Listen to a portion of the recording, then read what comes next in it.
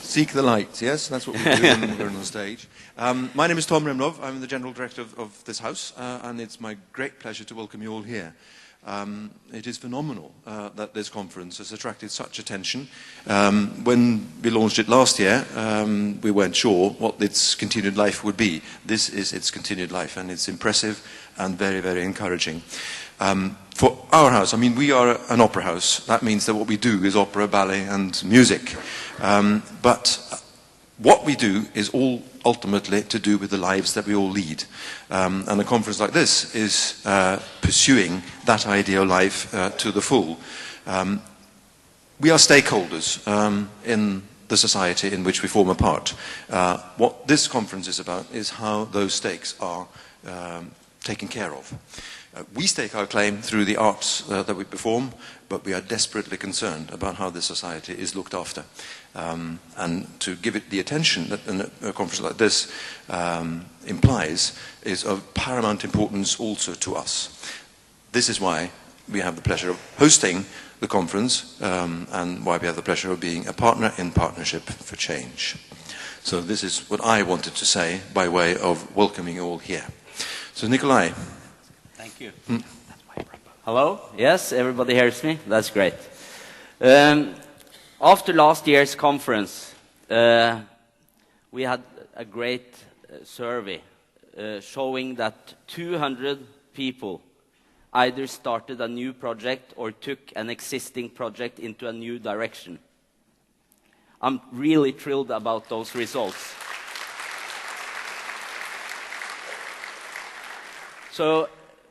So where does real change come from? Where does change come from? When I met Aung San Suu Kyi in Burma last summer, she said that real power comes from within. Real power comes from within and not from bombers, fighter jets and armies. And I think the same goes with change. Real change starts within, and when we dare to share our dreams and ideas towards others, that's when change happens. And the more people who does it, the more change we will see.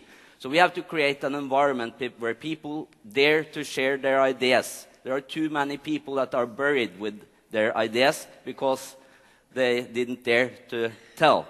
The more change potential an idea has, the more crazy people might think it is. So I'm really proud to be part of this movement with you, the change movement, and I hope you enjoy a great conference. Thank you.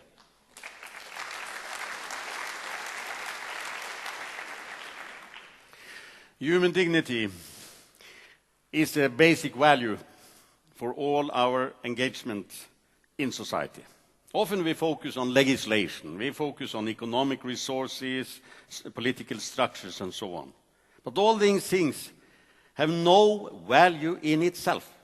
The only purpose must be to serve every human being, the individuals. Laws, money, structures cannot have dreams and hope. It's only human beings who have. And we all have equal dignity, regardless of gender and other differences. And consequently, we have the same human rights. But people are very often not equal treated. Women is half of the world's population, but they have less than half of the influence. But they have more than half of the suffering during conflicts and wars. Children and women are the most vulnerable in that regard. Therefore, we got the UN Resolution 1325. Partnership for Change Conference is a meeting place with people from different sectors of society, where we all want a positive change, also with regard to the role of women. So today, we focus on the role of women, and we'll have the pleasure of listening to some outstanding international female leaders. The Oslo Center for Peace and Human Rights is proud to be a partner and a co-organizer for Partnership for Change conference. Welcome to all of you.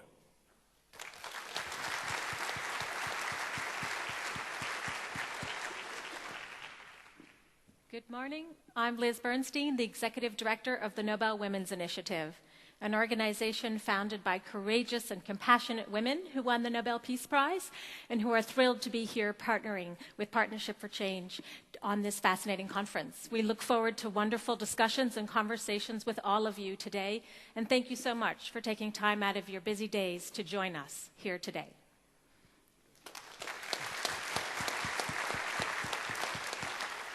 Good morning. I'm Barry White, the U.S. Ambassador to the Kingdom of Norway. I'm delighted to be here. Thank you again for doing this conference, Partnership for Change. We are delighted to work with our partners, Ingrid Stange, and I'm not going to try to pronounce the name of your company because I won't get it correct. I'm sorry.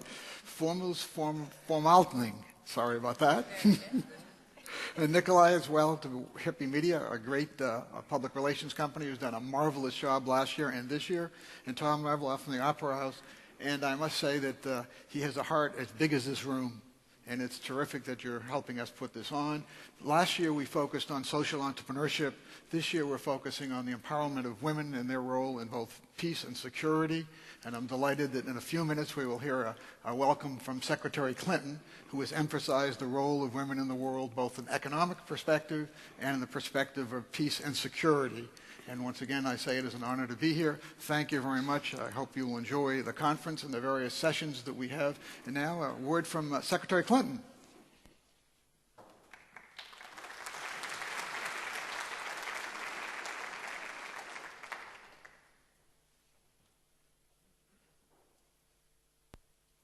Good morning, and thank you to everyone who helped organize today's conference, and to all of you for coming together to discuss such an important issue.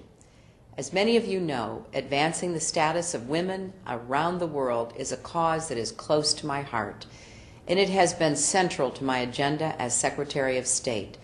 You see, it's not just a moral imperative, it is a strategic one as well. We simply cannot solve the global problems confronting us, from a worldwide financial crisis to chronic poverty, if half the world's population is left behind or left on the sidelines. To address these challenges, we need to tap the talents of people from everywhere, especially women and girls. The United States is committed to this cause, and we are forming new partnerships to help us advance it. Norway has been an extraordinary partner in this and so many other efforts. Through initiatives like the Open Health Program, we are making significant progress together. But the reach of our work must expand beyond the halls of government and into NGOs, the private sector, cities, towns, villages, worldwide. That is why your being here is so important. It takes people like each of you to think of the ideas that will help push boundaries and build movements. Thank you for your commitment. And I look forward to hearing the results of this year's Partnership for Change conference. Thank you very much.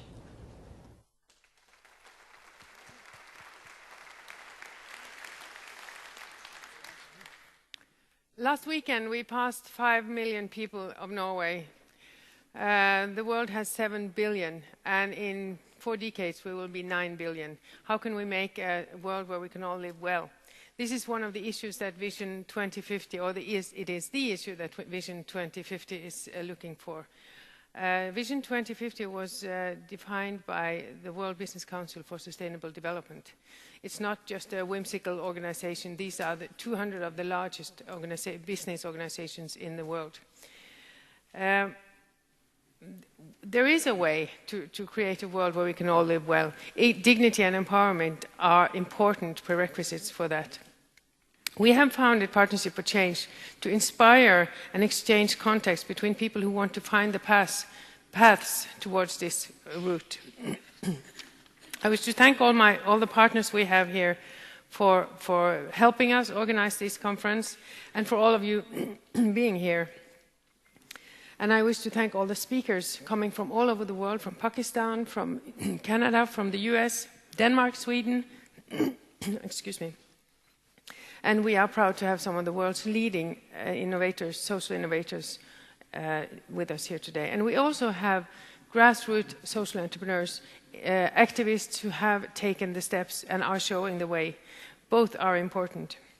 We cover a wide variety of issues these 2 days, from sexual violence against women in conflict to direct strategic issues from the business. Why are we covering so many areas? They are all linked very closely together. And the minute we all realize that we are part of an important puzzle where all pieces must be linked together and where all these things are closely linked together, that's when we have a chance of going this path towards 2050, which is a place where we can live well together.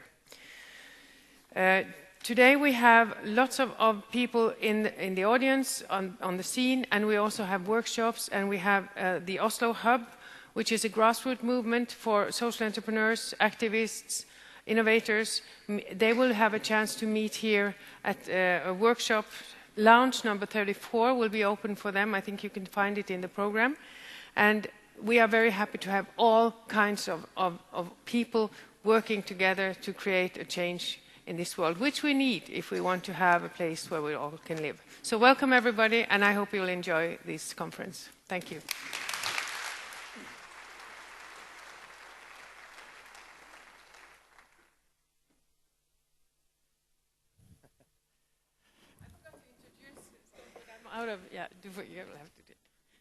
Ingrid was just going to say that we have a moderator with us today from the United States who happens to be from this part of the world. He grew up here. His name is Scott London, and that's me. And then I was supposed to walk out on stage, but here we are. Good morning, everybody. God morgon, allesammans. It's great to have you with us. How are you? Well, we've had 6 speakers so far in about 10 minutes. So pay attention, because it's going to go fast today. As I mentioned, my job is sort of as MC or moderator. I'm here to introduce the speakers and to lead a few panels and basically just to keep things moving. And if I do my job well, you won't remember much about me by the end of the day tomorrow.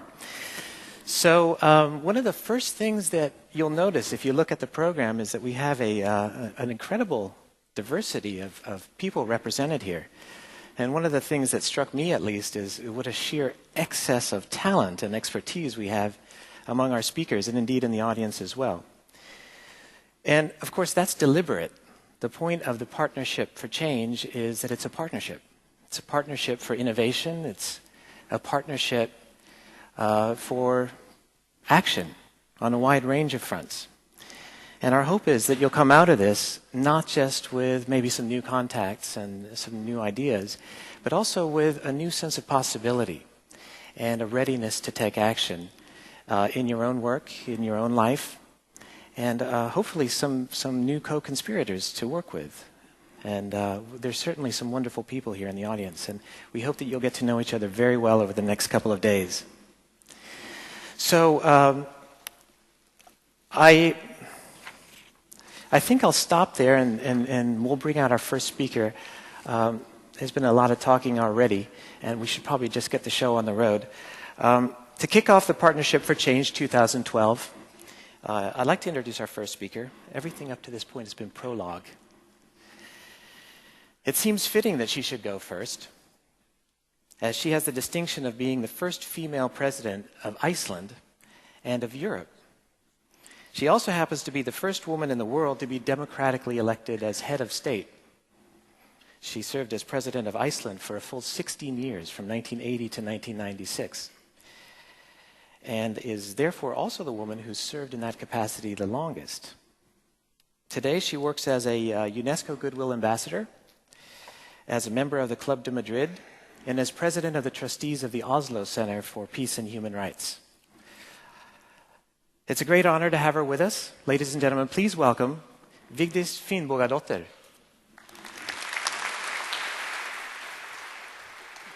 Thank you. Thank you. Good morning, ladies and gentlemen. It's a privilege to be with you here today, and I thank sincerely for the invitation to come. It's wonderful to see so many of you interested in a paramount important subject. Partnership for Change. The topic I'll address here today is of major importance, I don't have to tell you. Women's lack of access in decision-making in politics and the economy is one of the most pressing contemporary global issues, as we know. Economic reform programs that favor domestic and global market expansion rather than social welfare agenda and policy responds to global problems such as climate change and are currently not only reconfiguring patterns of natural resource use and governance, they have also had profound effects on people's lives. These processes are inflicted with gender narratives that produce inequalities and exclusions. At the same time, sustainable development policy initiatives that seek to ameliorate environmental degradation and its negative livelihood effects have created new gender power relations. Indeed, sustainable development initiatives targeting women as a homogeneous and as an undifferentiated social category have unintentionally intensified social and gender injustices. Unequal power relations and access to resources between men and women often result in different levels of vulnerability to risks of natural disasters such as droughts, floods and storms. Women are affected differently and more severely because of fixed gender roles, discrimination and poverty. Forgive me for being so serious, but all these are facts. They have fewer rights than men to land, credit and capital and would facilitate adaptation to climate change. That is to say, that would facilitate adaptation to climate change. Given the scale of the problem, there is a need to address gender inequality from a crisis perspective. Fortunately, women's lack of access to resources, decision-making and human rights has finally been recognized as a priority in international institutions. As development agendas such as the UN Millennium Development Goals on gender equality, the Security Council Resolution 1325 or 1325 on women, peace and security, or recent UN report on women, agriculture and poverty reduction is a case in point. To succeed, these initiatives require far-reaching cooperation between so-called developed and developing countries. The first of the UN Millennium Development Goals is to ensure that by 2015, children everywhere, boys and girls alike, will be able to complete a full course of primary schooling. And the second one, that gender disparity in primary and secondary education be eliminated in all levels of education. It is imperative that these goals are being seriously worked on and eventually met. It will be, as former UN Secretary General Kofi Annan put it more than a decade ago, a test of our entire international community. From the beginning, UNESCO and its partners pledged support for this initiative, which recognizes that the key to empowering succeeding generations lies in educating children today. The tens of millions of children, 2/3 are women or girls, without education are being denied a fundamental human right spelled out in international instruments their governments have signed on to, such as the Universal Declaration for Human Rights and the Convention on the Rights of the Child, namely the right to education. They are also denied the core principle of the United Nations Charter, the equal rights of men and women. It's about being able to earn an income, about protection against violence, about taking part in economic and political decision-making. And it is about educating children to do the same and their children after them. All development strategies require the involvement of women as central players. Such involvement is also a tool for preventing conflict and building peace. And the premise for peace is an understanding, or at least willingness, to be open for a multitude of cultures and visions. Hence the need to bring the language of women to the fore. This is indeed the gist of the UN Secretary Council Resolution 1325 on women, peace and security. That the voices or languages of women be heard through participation in decision-making, peace negotiations, and post-conflict reconstruction efforts. This initiative is an example of increased awareness in international institutions of the centrality of gender issues and concerns. But we also need to make sure that international organizations such as the UN do not violate their own resolutions by ignoring the gender contents in peace negotiations, and has been the case in the past. A recent report on women in agriculture highlights the need for land rights for women and for women's education in general and in the agricultural sector in particular. Exploitation, often by the powerful few, of natural resources, such as forests, land, water, fisheries, has harmed the most vulnerable people who depend on natural resources for their livelihood. Women, in particular, face a serious gender gap in access to productive resources, to income, and to new modern techniques. Many more women than men die in climate-related natural disasters, such as flooding. Thus, 70 to 80% of the casualties after the 2004 Asian tsunami were women. When floods wash away crops and livestock, or when earthquakes or famine occur, such disasters unleash a whole chain of events. Children, especially girls, are taken out of school and put to work. Unemployed youth resort to crime and antisocial behavior. Instances of domestic violence soar.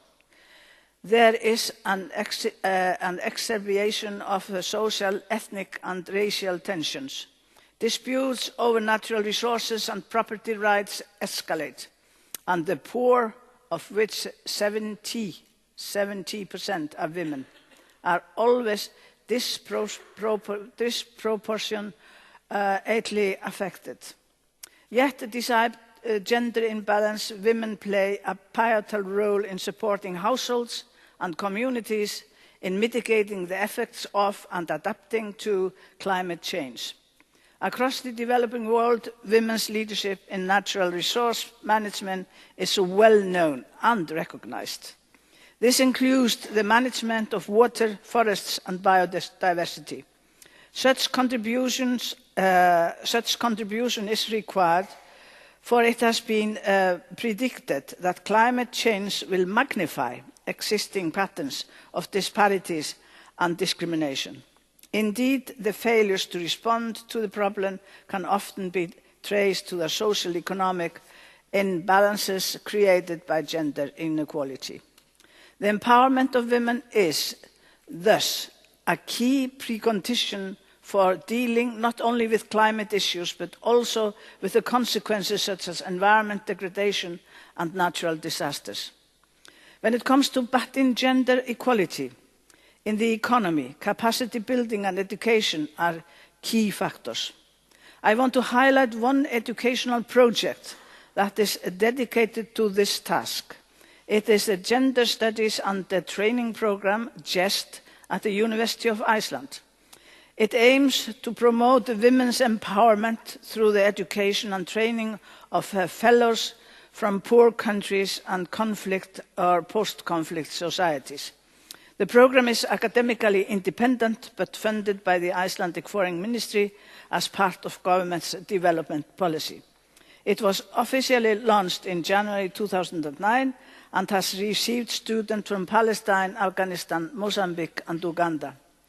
A part of the transnational equality educational agenda just focus on how social, economic, cultural and political processes which contribute to the subordination of women can be transformed. It can be transformed. It uses gender approaches in the sectors of environment, sustainable development and natural resource management. A pivotal element here involves the power relation between men and women over resource access and control and their concrete expressions in conflict, cooperation and coexistence over environments and livelihoods. Such an approach involves uneasy negotiation between theory, policy and practice, which are often evident within the realm of gender, environment and natural resource management, especially where gender is understood as a political, negotiated and contested element of social relationship. This brings me to my final point: the need to open to new ideas about and approaches towards development of women's empowerment, and be prepared to abandon strategies that have not worked in the past. The Partnership for Change programme stresses innovative ways of achieving the goal of creating a sustainable future locally and globally. We should also be prepared to rethink categories such as developed and developing as analytical concepts, if they are to be of use in combating poverty, environmental threats, gender and social exclusion and war, for they reflect the inherently politicized meanings of the terms development, sustainability and reconstruction. There is always a risk of being trapped in an unfruitful north-south monologue, which will only raise new social and cultural barriers. Ladies and gentlemen, thus the question of gender equality has to be addressed in a broad sense, cutting across societal sectors. Thank you very much for your attention. As you feel, this lies on my heart, and especially the children that have to suffer for this incredible inequality between men and women. And we are privileged here in the North. It's less here than elsewhere in the world. Thank you.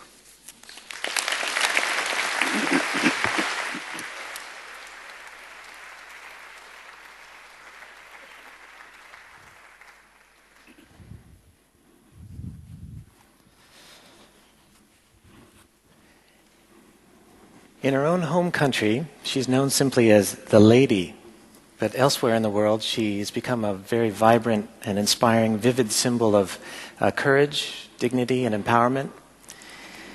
I'm speaking, of course, of Burmese pro-democracy leader Aung San Suu Kyi. She's the winner of the 1991 Nobel Peace Prize, but she wasn't able to come to Oslo at the time. I remember very well when her son actually gave the acceptance speech at Oslo City Hall. And her husband, who was an English academic who's since passed away, was also here, but she wasn't able to come. The world has been watching as she's been sitting in house arrest for the better part of almost 20 years now. She was released in November of 2010, and she's a friend of the Oslo Peace Center for Peace and Human Rights. And the hope is that perhaps later this year that she'll be able to come to Oslo and finally give her Nobel Peace Prize acceptance speech, as well as do some other events here in Norway. She would have very much liked to have been here at the Partnership for Change. Of course, she couldn't. She's caught up in the parliamentary elections in Burma right now. But she did tape for us a very special message, and we'd like to play it for you now.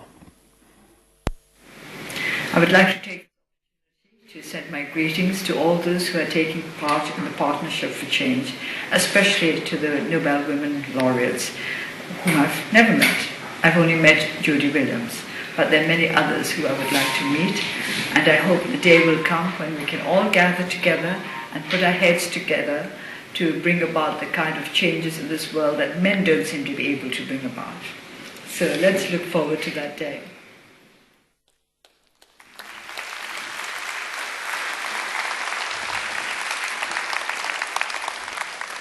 I have the feeling that we'll be hearing a lot of Aung San Suu Kyi's name over the next few days, since she's such an inspiring figure and she has done so much to inspire women around the world.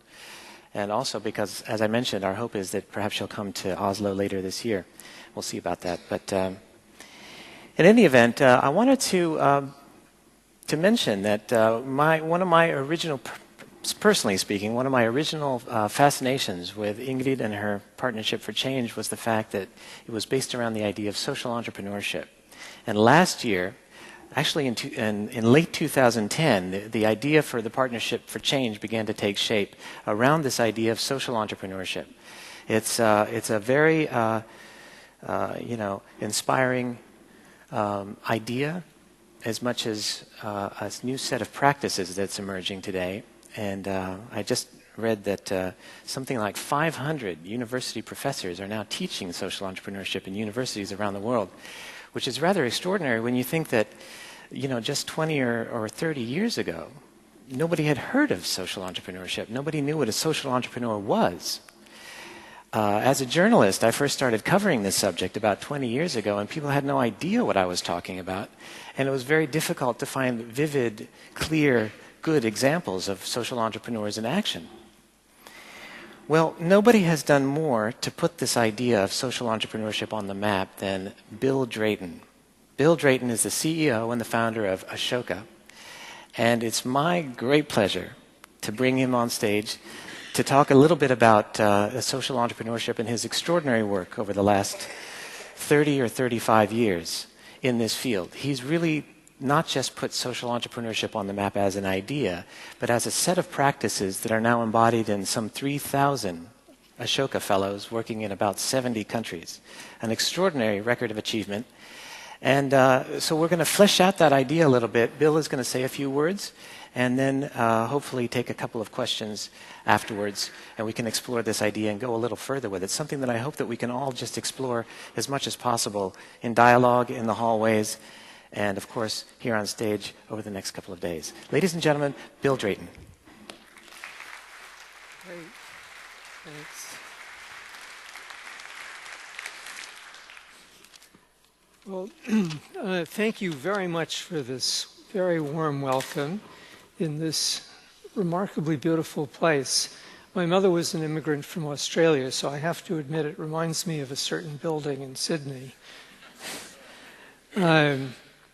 So as our host said, this is a room filled with very, very talented people.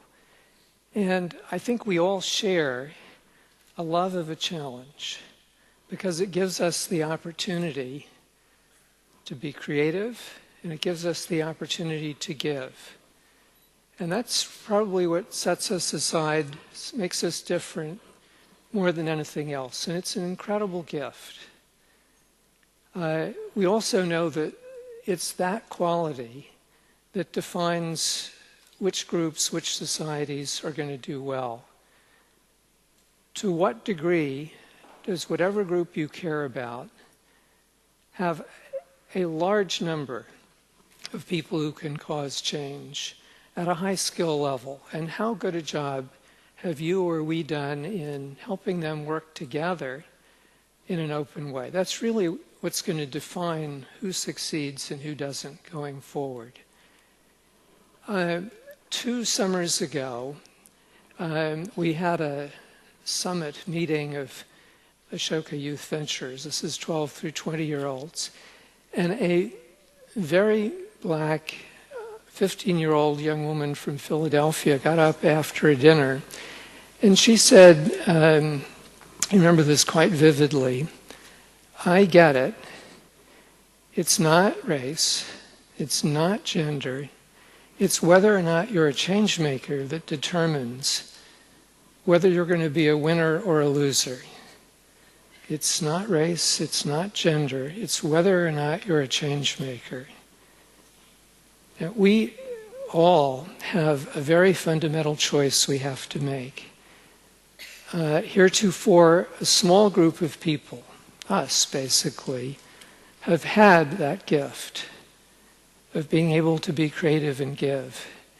And the choice we have to make now is, are we going to continue with it just being us, or are we going to make sure that everyone, without mental reservations, everyone have that gift? Are we going to make sure everyone has the skills and the confidence that they can live life in the same sort of rich way? Our Icelandic colleague pointed out that we've made and are making a big effort to make sure that everyone is literate. That was a decision the world made 100 years ago, and we've done a reasonably good job. Now we've got to make the next decision. Are we going to make sure that everyone has the social skills, not just the knowledge skills, but the social skills to be able to really contribute in life? And I'll come back to this, but they basically are empathy, teamwork, leadership in a very new way, and the ability to use those three skills for change. Those are four learned, complicated, not easy skills. And just let me pause for a moment on empathy. The fact is that in the world, the rate of change is going up exponentially, which means every year the proportion of life, of anyone's life, that is covered by the rules is going down. And if you don't have the skill of empathy, you are going to hurt people, you're going to disrupt institutions, and you're gone. They do not care how much computer knowledge you have. That's the main cause of marginalization of 20-25% of the world's people. If you don't get it at home, in the street, or in the schools, where are you going to get it? And how many elementary school principals, even here in Norway, know that they are failing if they've got one second grader who has not grasped this skill at a high level, and that all the kids are practicing it? So it's a fundamental choice, and I just want to add a little warning. Any society, India, Norway, the US, the world, that does not make a decision that this generation of young people are going to have these skills is just bought a one-way express ticket to Detroit. 50 years ago, Detroit was the top of our technology and wealth and pride. And in the last 10 years, it lost 25% of its population. That took 50 years. We don't have 50 years because the nature of that curve is it's moving faster and faster. And anyone who does not have those four skills is not going to be able to play. And that's the worst thing you can do to anyone. Now, I'm going to come back to this and what it means for all of us, but first of all, let me give you a sense of what these historical forces are, and then focus a bit on the absolutely central role that the social entrepreneur plays. So, what are these forces? Throughout our prehistory and history, human life has been organized around repetition. Person A or Group A keeps doing what it does, and that fits with B, who keeps doing what it does. A very coherent system. So our educational arrangements are make sure you get a body of knowledge and master a set of rules, and then you're fine because you can just keep repeating that. And we've built institutions to be efficient in repetition. A few people at the top maybe think, but everyone else, through a nervous system that goes down pretty vertically, is under a set of rules and incentives. And there are walls. It's very characteristic. Unfortunately, this world is falling apart. And why? Because about a little more than 3 centuries ago, a very profound revolution took place. Business in Northern Europe said, if anybody has a better idea and they implement it, we're going to make you rich and respected, and then we're going to copy you. And that set in motion this explosive growth, which is the central fact that we face. The rate of change is going up exponentially, mathematically true. The same is true for the number of people causing change. And probably most important, the combinations of people and the combinations of change makers.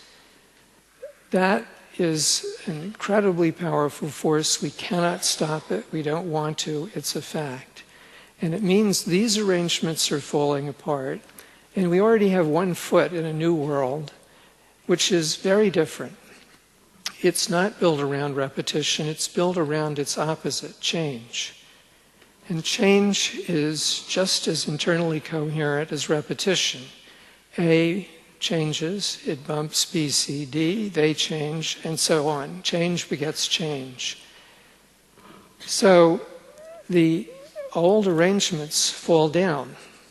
40% of the US workforce now are freelancers. The average person will have 14 jobs in the course of a life. And we're organizing, we have to organize in a very fluid team of teams. Why? Because you're serving something that's constantly changing. And that means you've got to bring together different combinations to be able to continuously provide the highest value. An team is by definition something where everyone is a player, and in this world where an increasing portion of the value is in contributing to change, you better be a change maker. So empathy, teamwork, leadership of this new, very fluid type of structure, and for change. So we're at a tipping point. No one knows exactly when it tips, but I think we're very close. We've got large parts of the world already there. You can just see the movement. So the second point, social entrepreneurs. What is the most powerful force in the world? It's always a big idea, but only if it's in the hands of an entrepreneur. It doesn't matter what sector. That's what moves history. At this time, we need the social entrepreneurs very critically for the transition and for this new world. They operate as a very critical gyroscope that keeps us on track for efficiency, equity, sustainability. What is a social entrepreneur? Well, as the systems change, you need more entrepreneurs of all types. That's what entrepreneurs do. They work on the big systems. But you need some who, from deep within them, are committed to the good of all. And therefore their work is. And so when in the interplay of other forces, the world starts heading in an unfortunate direction, they pull it back to the center, to serving the good of everyone. And we're only going to need that more and more. And that's why the field has really come up in the last 30 years. It's now quite essential. So let me quickly introduce you to one or two Ashoka Fellows. This is Mary Gordon. She's from Canada. If you heard her talk, you'd think you had found a Celtic Mary Poppins. She was teaching in the Toronto schools, and she saw increasingly that kids were coming, and the only answer they had when someone made them uncomfortable was aggression, which of course invites aggression back. And every time that children go through that pattern gets deeper and their future more distant. So she gave herself permission to find a simple way that schools all across the world could use that would ensure that every young child masters the skill of empathy, which, as we've just discussed, is completely critical. It's the foundational skill. Now she's gone from 2 classrooms to 19,000 classrooms in 7 countries, including several European countries. Bullying rates come down and stay down after her intervention. So what does she do? She asks the schools to give her a couple of hours a month for 8 months. And at the beginning of the school year, she brings to the 1st grade or 3rd grade a 4 to 6 month old child, plus mom, who wears a t-shirt, the professor. And professor resides on green blanket. The first graders have got to figure out what is the professor saying, and then what is the professor feeling. And they're observing the parent-child level of empathy. This is a very simple but powerful form of limbic learning. Well, we have 700 fellows out of the 3,000 focused on children and young people, so we know how to do this. But we've got to help the world see how to get there, and that we have to get there. If you've got a problem, there's a social entrepreneur for it.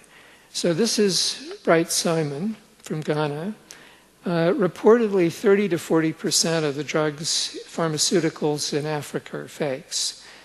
And he said, well, how do we solve that problem? Now everyone's got a cell phone. So he set up a system with a number of pharma companies that you can whip out your cell phone, look at the number on the bottle, and call in and find out whether it's legitimate or not.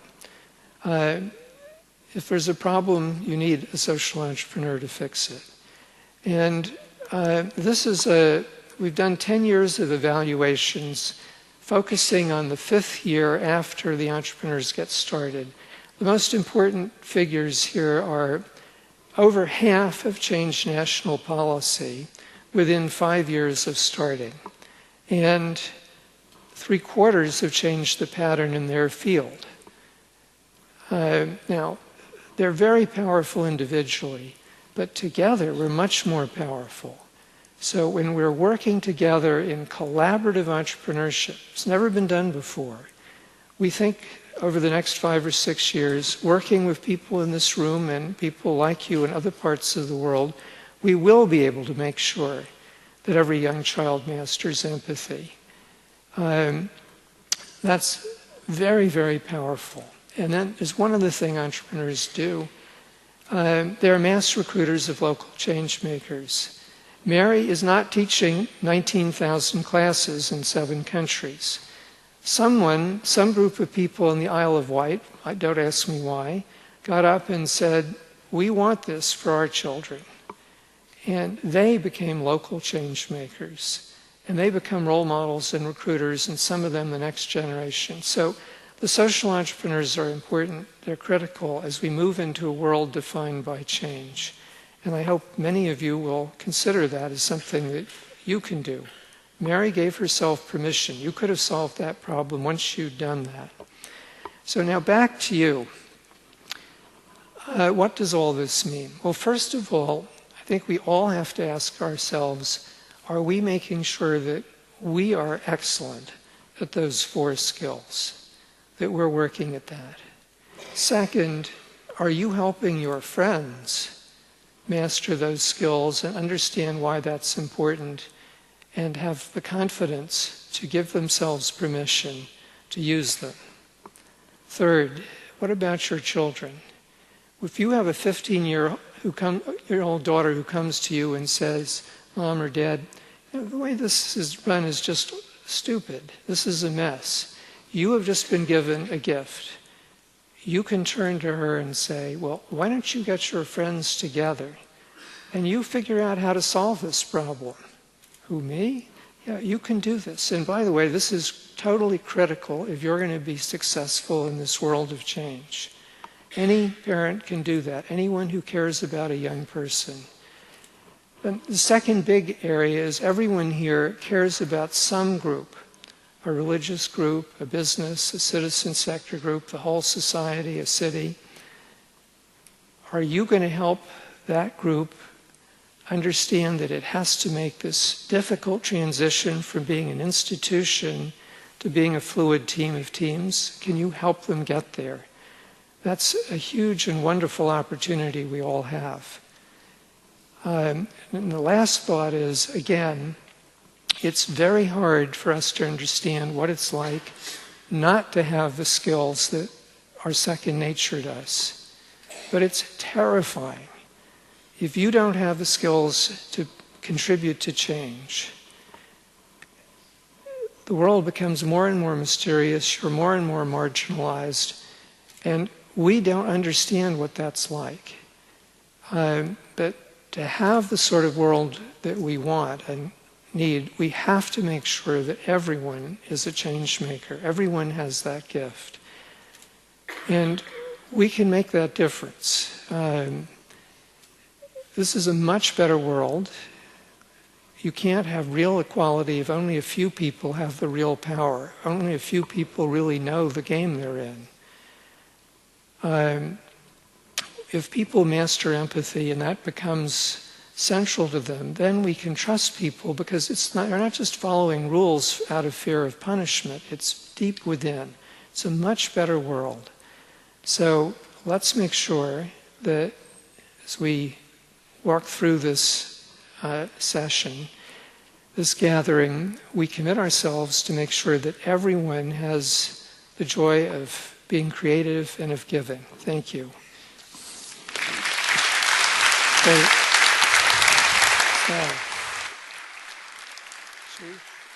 Well, we could just stand here.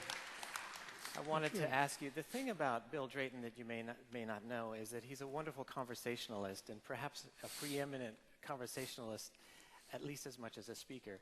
And so I thought it would be fun to just have you field a few questions for us.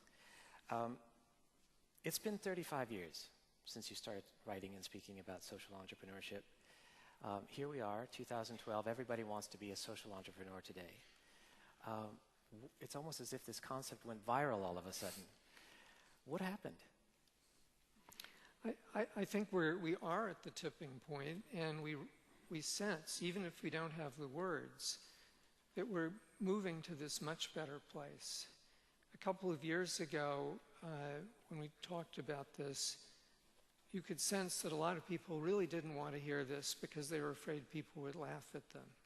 And we're getting to the point where people are going to be feeling, oh, if I don't have something to say here, people are going to laugh at me. And then we're really into the tipping process. So you mentioned the universities. We just had an exchange between over 100 universities from around the world in Ashoka U, where we're helping universities become campuses that work on this, that make sure every young person there has this sort of skill set, that the education department is doing research on empathy, that the business school is trying to tear down the walls. You can't have walls in a team of teams world. It's fluid and open. And just last week we had a meeting in Mexico, and 55 universities came because they wanted this. So it is, I think we really are entering the tipping point. Nicholas Kristof in the New York Times, he said that social entrepreneurship is the 21st century answer to the student protesters of the 1960s. Is that accurate in your view? Well, entrepreneurs are not protesters. They're a very different type of person. They do not want to get burned at the stake. William Tinsdale, as you may know, was burned at the stake for trying to translate the Bible into English only a few hundred years ago. That gets in the way if you're changing the world. Of course, the concern about a problem is the same, but giving yourself permission to actually change the world requires you really being open and listening to everyone and not being ideological. And it's the most disciplined field because you have to listen to everything, not just one discipline, but to the whole. If it starts not working anywhere, then you've got to adjust either the world or the idea. So the entrepreneur is a very, very distinctive personality type, and I think they have probably the same concerns, but it's a different skill set. Great. Well, we're thrilled that you were willing to come all this way to talk about social entrepreneurship. In case you're interested, Bill has agreed to be part of the Ashoka workshop later this afternoon, so if you'd like to talk more with him and hear more of what he has to say, we'll hope that you'll join that. I know that for most of you, you've already registered and you're already sort of set for what you're going to do later this afternoon, but I did want to point out that he will be here throughout the day, and you can also see if maybe you can talk with him in the hallways or during the breaks or during lunch. Thank you so much, Bill. Thank you. Great to have you here. And thank you all.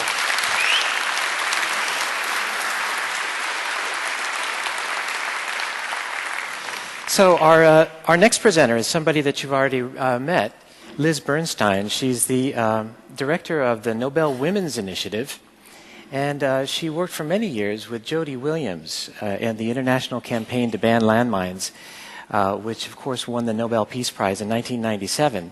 She's based in Canada, but she's come all this way, and she's one of the organizers, co-organizers of this conference. We're delighted to have her with us as well, a very great female leader, like so many of the speakers today, and also somebody who's working with some really dynamite women in every sense of the word. Liz Bernstein. Thank you. Thank you, Scott.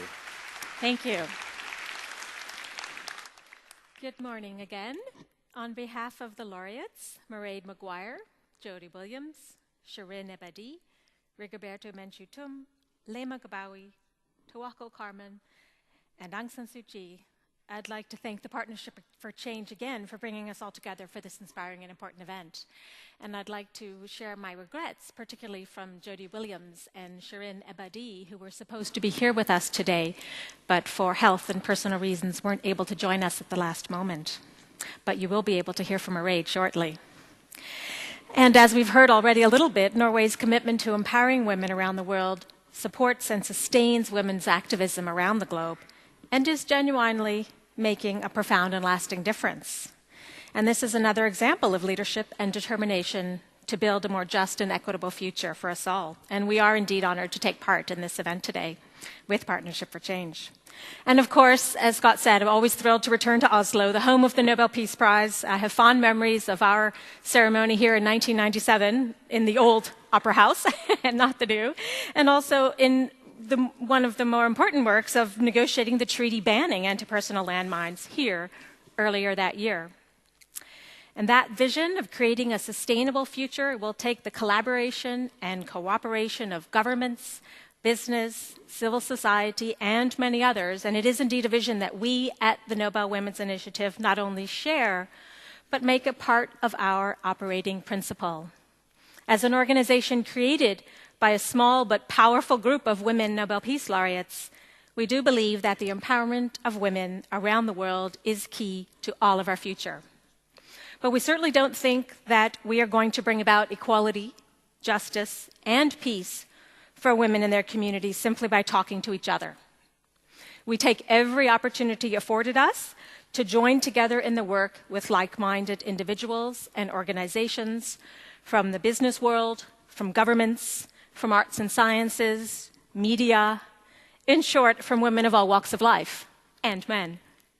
To quote Mairead Maguire, who you'll hear from shortly, we need radical thinking, creative ideas, and imagination. And we know we'll hear some more of those today. I think this is exactly why we are here, in fact. And we look forward to working with all of you today, but in the days ahead as well, to create radical thinking, ideas, and imagination, as well as action. So one of the reasons Mairead and I are here today is to tell you about an idea that came about as a result of this magical mix of imagination, creativity, and radical thinking, with action added, of course. Last spring in Canada, the Nobel Women's Initiative brought together about 100 women from around the world to talk together about ending sexual violence and conflict. And these women came from literally every corner of the globe. Some were activists, some were Nobel Peace Laureates, others were philanthropists, government and United Nations representatives, journalists, businesswomen, philanthropists. For 3 solid days, we talked together about the problem of rape and other form of gender violence and conflict, and about how sexual violence touches the lives of most women on the planet. But more importantly, we talked about the potential solutions to this seemingly irreparable situation. Many women in that room have worked 20 years or more on ending sexual violence and conflict. While they see some progress in some places, they are all also overwhelmingly agreed that a more concerted and coordinated effort was needed if we're going to truly make major inroads on stopping rape and other forms of gender violence and war and conflict. So from all that talking and sharing of good ideas, and yeah, probably some crying, came the idea that together we build a global campaign. This campaign would build on the existing and very exciting work happening at the local, regional, national, and international levels, and also would focus on harnessing the power of civil society as an agent of change. One of our key inspirations was, in fact, the international campaign to ban landmines, which we talked about earlier. And this campaign was a model for what may very well also turn the tide on sexual violence and conflict. It was an unprecedented collaboration between civil society, governments, international organizations, and many other actors to ban a weapon, anti-personnel landmines, which had been used by every major fighting force in the world for over 100 years. Not only the ICBL achieved a treaty, which is now the ICBL, the International Campaign to Ban Landmines, is now in its 20th year, celebrating its 20th year since creation, here now in 2012. But also today, and more importantly, 159 countries in the world have joined, most recently Finland. And equally importantly, the success in banning landmines has resulted in another international convention banning another weapon, cluster munitions. Yes, indeed, another weapon that ruthlessly kills civilians in great numbers. And the efforts to ban landmines and cluster munitions are two examples of how concerted, collaborated global effort can lead to real action and, in fact, change the world. When we discussed these examples with the women we brought together last May to discuss another weapon of war, rape as a weapon of war, there was strong consensus around the room that a similar model could be applied to ending rape and gender violence in conflict.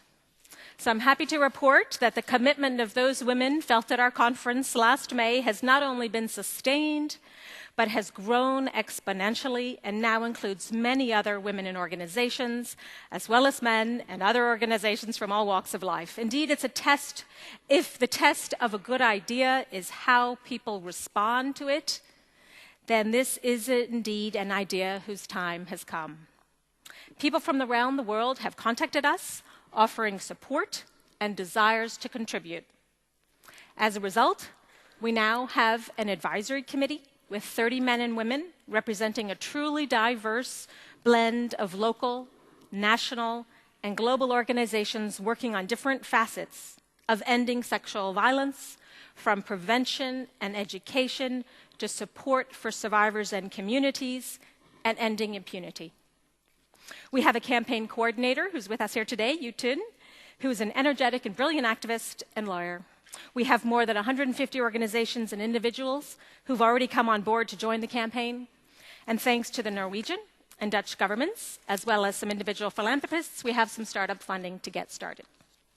I'm delighted to announce here that this May, only 1 year after that conference last year where we started discussing it, we will officially launch the International Campaign to Stop Rape and Gender Violence in Conflict. The campaign will also press for specific prevention, protection, and prosecution measures, and advocate for a dramatic increase in resources to support survivors and their communities, and achieve justice. Together, we'll create a broad grassroots movement. We believe that the more organizations and individuals working in tandem for change, the faster we can make that change happen. I think it's important to note that the people involved in the campaign have a very strong track record of bringing about change. Indeed, one of the co-chairs of the campaigns, Jody Williams, as we heard, the laureate who won for her work banning anti-personnel landmines. Another of the co-chairs, just Mairead Maguire, who you'll hear from in a moment, whose work in Northern Ireland helped bring an end to the conflict in that country in the 70s. Our other co-chair is Laima Gabawi, who just last year won the Nobel Prize for her work in uniting Christian and Muslim women in Liberia to force the government and rebels into peace talks, and ultimately to end that war. The other women and men who are leading the campaign with us don't necessarily have Nobel Peace Prizes, but each and every one of them is a leader in their communities in ending violence and empowering women. Equally important, I think each and every one of them demonstrates the power of individual and collective action in restoring human dignity. They include people like Liesl Gertholz, Director of the Women's Rights Division of Human Rights Watch, who's also here with us today.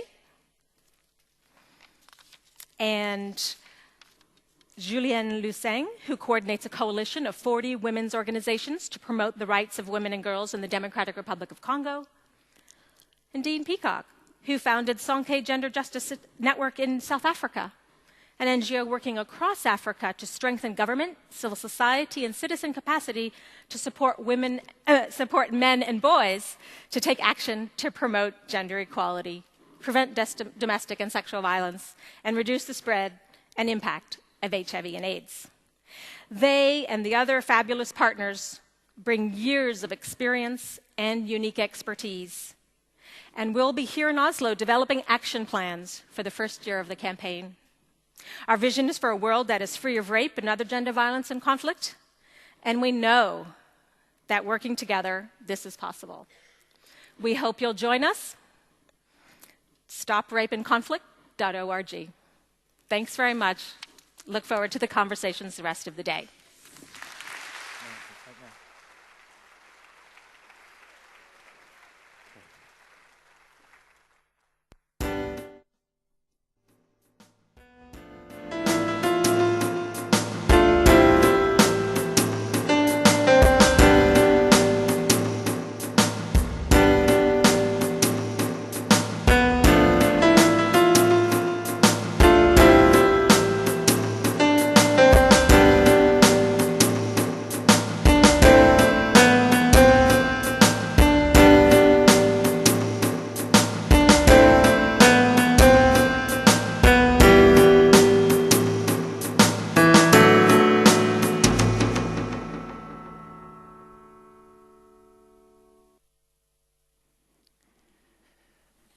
You know, in the 112-year history of the Nobel Peace Prize, only 15 women have won the prize, which doesn't speak very well for the Nobel Peace Prize as an institution.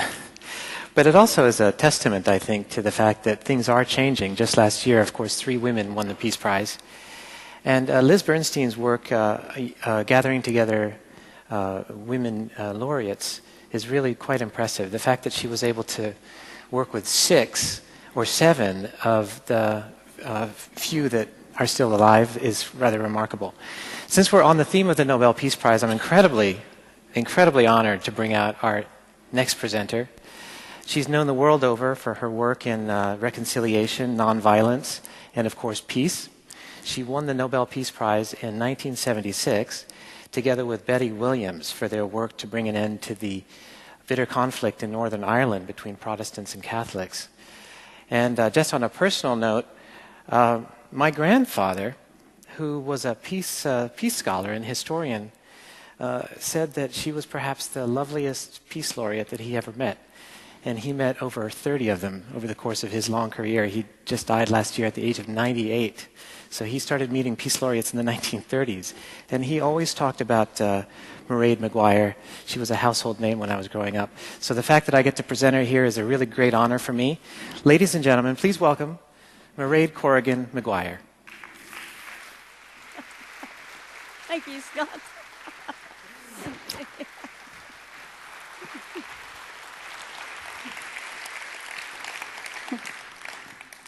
My dear brothers and sisters, it is a great honor for me to be here with you. And I feel quite emotional being here in Oslo.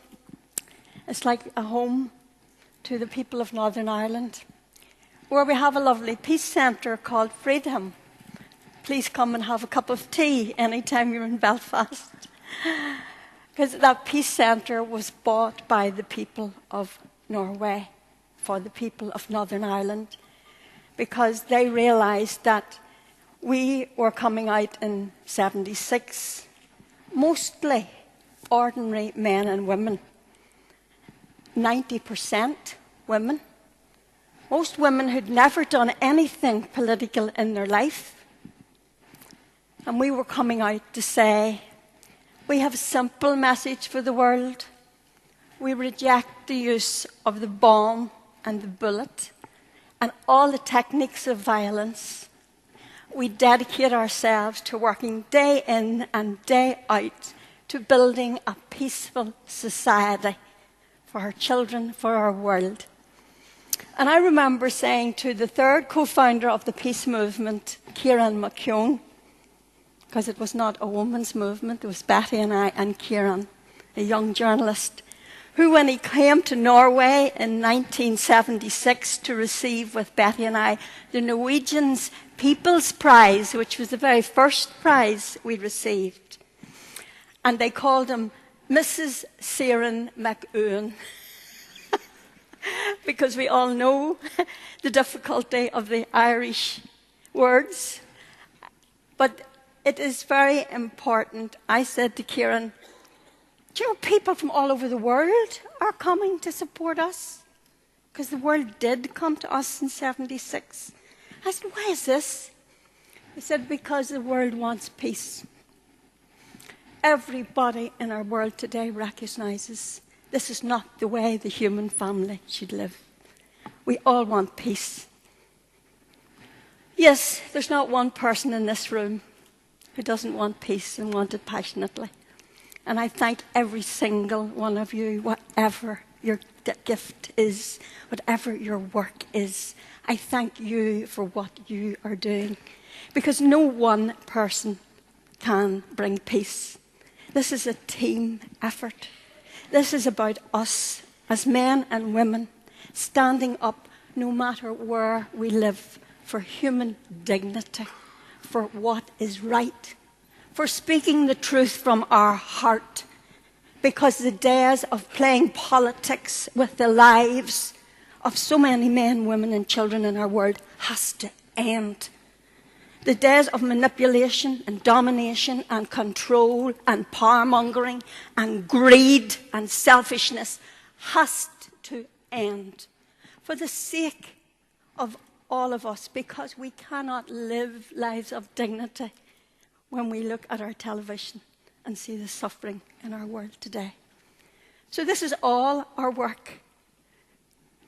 What we also need to say is, what is human dignity? You know, every single person is a gift. Whether you believe in God or not, we're all given the gift of life. And when we're given that gift of life, it's so precious. Maybe we don't appreciate the gift of life till we're told you've got 6 months to live, or till some drone from some far-off country drops a bomb on us and kills our people while they're at a wedding, or till some country decides we must invade and occupy that country in order to teach these people democracy, because they don't know how to do it. What arrogance we have created in our world today amongst our leaders, who think that just because you live in Afghanistan, just because you live in Iraq, just because you live in the Sudan, you don't know how to live. You don't know how to look after your little children and feed them and want education. And what do we send them? We send them bombs. And we take their oil and we take their gas and we take their resources, because we know. We live with a great deal of arrogance in our world today. And unless every one of us as an individual says, teach me humility, so that I somehow may be part of a world that is kind and compassionate and equal and sharing. So we have to take on board ourselves. What is human dignity? What is ethics in our world? What values do we want in our world? And what values am I prepared to live by? Because the world may well go on and blow itself up. We may well be destined to blow itself up, though I don't believe in it, because I believe people are too good and too wise and too intelligent and too smart and too creative and too magnificent to allow that to happen. But we are at that turning point. But if we, as people, proclaim our first identity is, and the thing we put above all the nationalisms, all the flags, all the religions, is life. Life and everything that means. And if we can, as a human family, I put life above all religions, flags, everything. They're important, but they're not as important as the gift of life and the gift of each other. So when you come to that, you know you can't kill anybody. Why could you kill her? Could you kill anybody? How could you hurt them? So non-violence is at the base of what we who want to change the world must stand by. Never to kill. And we see around the world, I go to Palestine, and I'm so inspired by the non-violent movement. I go to Palestine and I see women who 15 years ago would not have walked to the wall to protest the occupation and destruction of their country, now walking to the wall. Women are rising everywhere, and women have a new agenda. Women's agenda is no to war, no to militarism, no to injustice. Women's agenda is yes to life, yes to education, yes to healthcare and food, yes to partnership in our world today, because we don't want to make enemies. We want to come together as friends, and it's only in that way that we will bring about change. And that is women's agenda. And women want human rights. They want equality. They want international laws. They want justice. But you know, when we came out in '76 in West Belfast, we came out, 3 of my sister's young children were killed, and a young IRA man was killed. And we came out, and we didn't know international laws or human rights. We didn't read all these treaties. But what we did know in our heart, this is wrong. To kill people, militarism, paramilitarism, removing basic civil liberties and human rights and locking people up in prisons was not the answer. The answer was dialogue, negotiation, sitting down round the table, forgiving your enemies, because in peace movements you have to do a lot of forgiving. In Northern Ireland, '76, we were on the brink of war. In Northern Ireland, we have a good society. We have dealt with a lot of the injustices which caused the problems, and we are a peaceful society, but we still have a lot of work to do to see that that peace is maintained. So I believe passionately in the power of individuals. I believe passionately in the power of people coming together in team effort and staying at the table until they solve the problems. That is why the Nobel women came together as a group of women to work together on certain issues, and with men. You know, men and women working together can make a great team. I know, I have a marvellous husband. So we can work together on a lot of these issues. And we chose rape and sexual violence and conflict as a campaign. You know, it's not easy to talk about rape, but it's even more painful when you listen to the stories of people and women who have been raped and sexual violence going on around the world. I was in Burma many years ago, and we didn't get into Burma, we went to the Thai-Burma border, and there we listened to the stories of the Karen women who had been raped by the Burmese soldiers. That is still happening today. Again, in the Congo, we listen to the stories of mass rape going on in refugee camps. We know in Haiti, the UN soldiers were accused of raping the women in the camp. So you see, we have to talk about rape. It's not a nice subject. People don't like to talk about it. But we have to bring it to the fore. And we have to say that governments have a responsibility, and politicians, to protect people and to end this scourge of rape and sexual violence against men, against mostly women, but also men. Violence in our world today is so rife, but we can't change it. We can create a culture of non-violence. When the Secretary General said 1 in every 4 women will experience violence in their life, that is a dreadful statistic, and it's not only happening in developing countries, it's happening in every one of our countries. So we have to move out of a mindset of militarism, a mindset of war, a mindset that somehow violence will always be with us. Violence should never always be with us.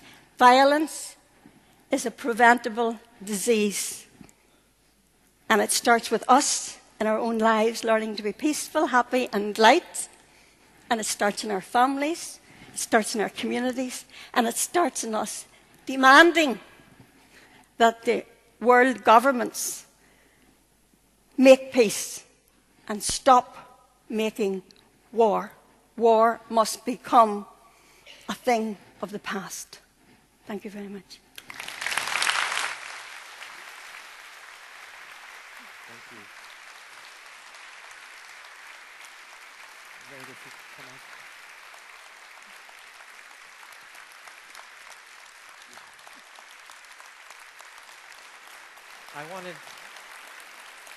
I wanted to ask you, when you started doing your peace marches in the mid-'70s with Betty Williams, most of the women who showed up at the marches, most of the people who showed up at the marches were women. What's it been like for you to be a role model to women over all these years? Well, I think that I have had many great role models in my life. My mother and many of my friends were always great people of peace, and I've had that model to me. And they always believed that peace was the most important thing in the world. And I remember meeting Mother Teresa in the height of the Troubles up in Coromila in Northern Ireland, and I said, you know, Mother Teresa, it's very, very difficult. We're doing a lot of fighting in the peace movement. And she said, I said, what do you do? Yeah. And Mother Teresa said to me, oh, pray, pray, never cease to pray. And you see, a great deal of that, that's why I have such hope, because when you go, a lot of people from many faith traditions pray, and even in the Middle East, that's why I have hope.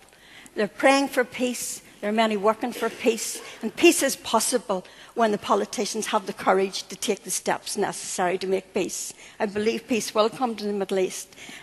So that's why I've always had great role models around me. You're an inspiration. Thank you so much for coming to the Partnership for Change. Thank you. Thank you. Thank you.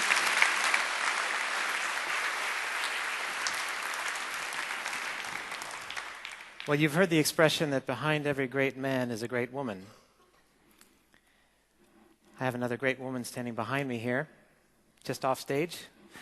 It's a great pleasure to bring out our next speaker, because when we're talking about women and dignity and empowerment, one word or phrase that doesn't come up very often is international law. And our next presenter has done perhaps more than anyone else to try to connect these two: international law, women, empowerment, and dignity. Janet Benshoff has established herself as one of the world's leading experts, actually, on human rights and constitutional law. She's the president and founder of the Global Justice Center based in New York. And she's been called one of the 100 most influential lawyers in America.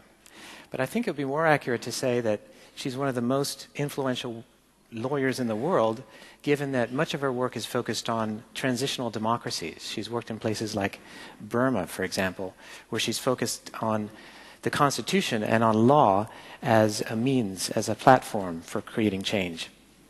So one of the things that she likes to say is,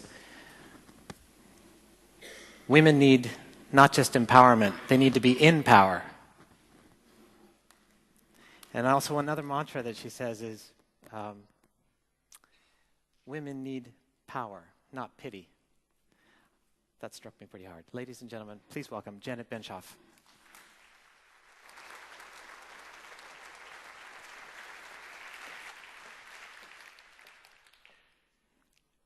Well, I want to thank Scott for stealing my best lines before I started. Good morning, everyone. I want to thank Partners for Change and the Oslo Human Rights Center for this great opportunity for me to contribute to their discussions advancing global peace and security.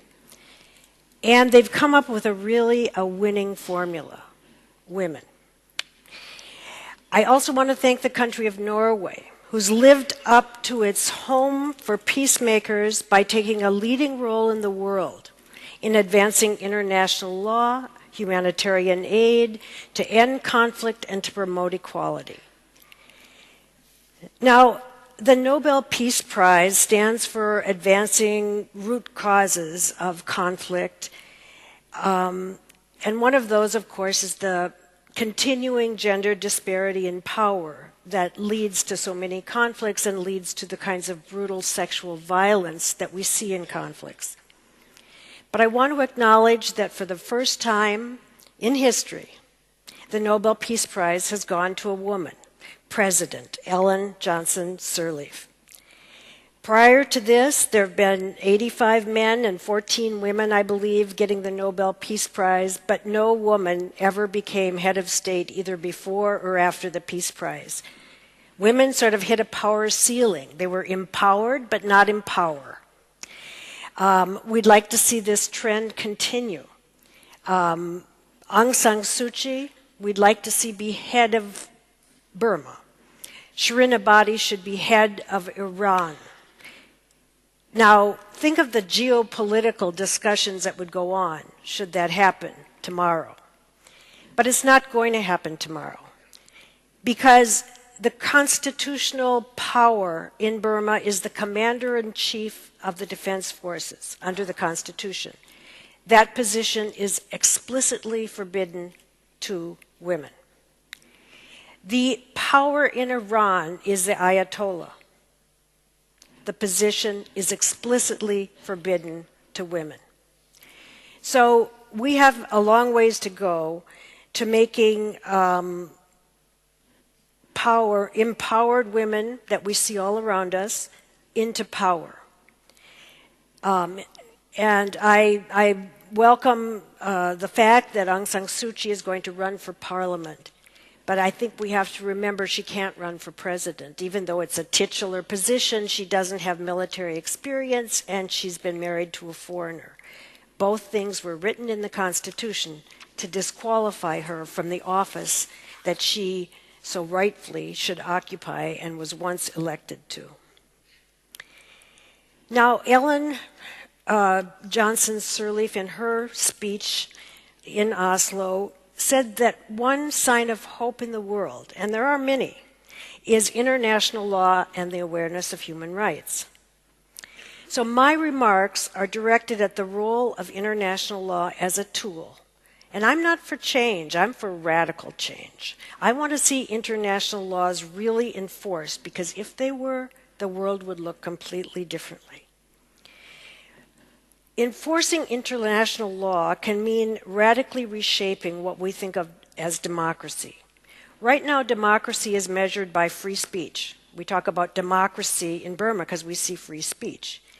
Democracy is seen by an open election. But those two things shouldn't be the defining factors of democracy alone. Democracy should look at de facto gender equality in all power positions, including half of the judiciaries.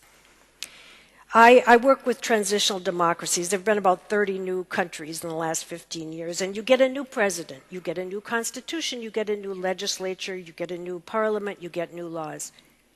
But you have the same old judges with the same mindsets, and they're men, and that has to change for laws to take effect that really ensure equality. Now, I see law as a tool to power. You know, I think about the issue that in Saudi Arabia women can't drive. Well, that's probably not as important of a women's rights issue as the right to be free of genocidal rapes in Burma. But it's very symbolic. What are they afraid of women driving? I think they're afraid that women will go somewhere and stay there. That's what I think. And that's how I view international law. I view international law as a 10-cylinder car for women. Puts them in the driver's seat and gets them somewhere. And that's where they stay. Peace does not, women as peacemakers is a first step. Women have to be power possessors, or they're going to end up having to be peacemakers again. Peace does not end up with giving equality, and peace does not end up with changing patriarchal structures. We can change that. Now, how do we use the law to really make changes? I want to note that as we speak, they're drafting a new constitution in Egypt, and not one woman is on the Constitution Drafting Committee. I've been advising the women of South Sudan on their drafting of the Constitution, and I've repeatedly pointed out that they're asking for things they're already entitled to under the international law that Sudan adheres to and under the African Protocol. So everything they're fighting for as matters of policy, they're entitled to as matters of law. And that's sort of what the Global Justice Center, what I do. We want women to get law, not policy. I want to talk about women, peace, and security, and how the law is not working for women, not because it's not there, but because it's not enforced. We have a plethora of laws these days. International laws become a defining force with globalization. We have an international criminal court. We have a Security Council that's recognized protection of civilians is essential to its mandate under the UN Charter to secure peace. We have resolutions saying no impunity for sexual violence or rape as a war crime. We have resolutions ordering states to ensure equality during peace talks. Are these enforced? No. And I want to talk now about a lead in one of these issues that Norway has taken. I don't have to go into the fact that the deliberate use of rape as a tactic of war is horrifying and tragic. However, victims, women and girls, particularly girls under 18 who get pregnant because they're the most subject to abductions, they shouldn't be imposed to further torture and suffering by being forced to carry the pregnancy to term, to raise a raped child. And yet that's what's happening. In armed conflicts around the world, there's 23 of them, in humanitarian aid settings, victims who come for complete medical care and these are the sick and wounded under the Geneva Conventions, are being denied abortions. Norway is the first country that's spoken up on the rights of these victims who are war victims. They're wounded and sick under the Geneva Conventions, and Norway has said they're entitled to full, non-discriminatory medical care regardless of condition. They can't be singled out because they became pregnant from their war crimes, and they're entitled to this under Common Article 3 of the Geneva Conventions. I worked with Norway on this. We've got a long ways to go, but I know other countries. 55 or more MPs just cited to Norway in wanting the UK to take aggressive steps both to ensure its humanitarian aid reached women and provided all care, not just childbirth kits for 15-year-olds who've been sex slaves. Over 3,000 groups cited to Norway, and they wrote to President Obama because of the U.S. ban on abortion in U.S. funds. Now, I have to add, it's not his fault. He inherited from President Bush tightening up of U.S. foreign aid by removing the fact that you used to be able to provide abortions when a woman's life was at risk or rape. Those were taken out, and that's the platform that Obama's been left with, but we're trying to encourage him to lift it. And Norway's been key to that. Second, another way the law can be used is that rape is being used as a tactic of war. Whether you call it a tactic or a weapon, they're both unlawful. The laws of war do two things. They help give the wounded and sick medical care, and you can see where women aren't getting their rights under that. And they also govern hostilities. Not every weapon is legal. Not every tactic is legal. And you don't need a special treaty to say this is an illegal weapon. For example, in Norway, they have a penal code that talks about unlawful weapons in international conflict, and they have one part of the penal code, 106, that talks about unlawful tactics, including starvation is an unlawful tactic, unlawful weapons like dum-dum bullets or missile heads or biological weapons or herbicides. So why is rape the single most used unlawful weapon in the world, and no state has been accountable for using an unlawful weapon, not once. This would change the paradigm for women as far as access to justice, because they would be able to get justice for victims of an unlawful tactic or weapon, as well as for rape as a war crime or element of genocide. So one campaign that I'm embarked upon and that I think could change a lot is to have rape-using states be held accountable and have to pay reparations for using an unlawful weapon, that of rape. And that states could start doing something by listing the use of rape right after starvation as an unlawful tactic. Now, the fact that we don't treat rape as a weapon removes central protection from the laws of war to women. And it removes victims' rights to accountability for this particular crime, which is a separate crime. Now, also, we track battle deaths and we track injuries by weapons.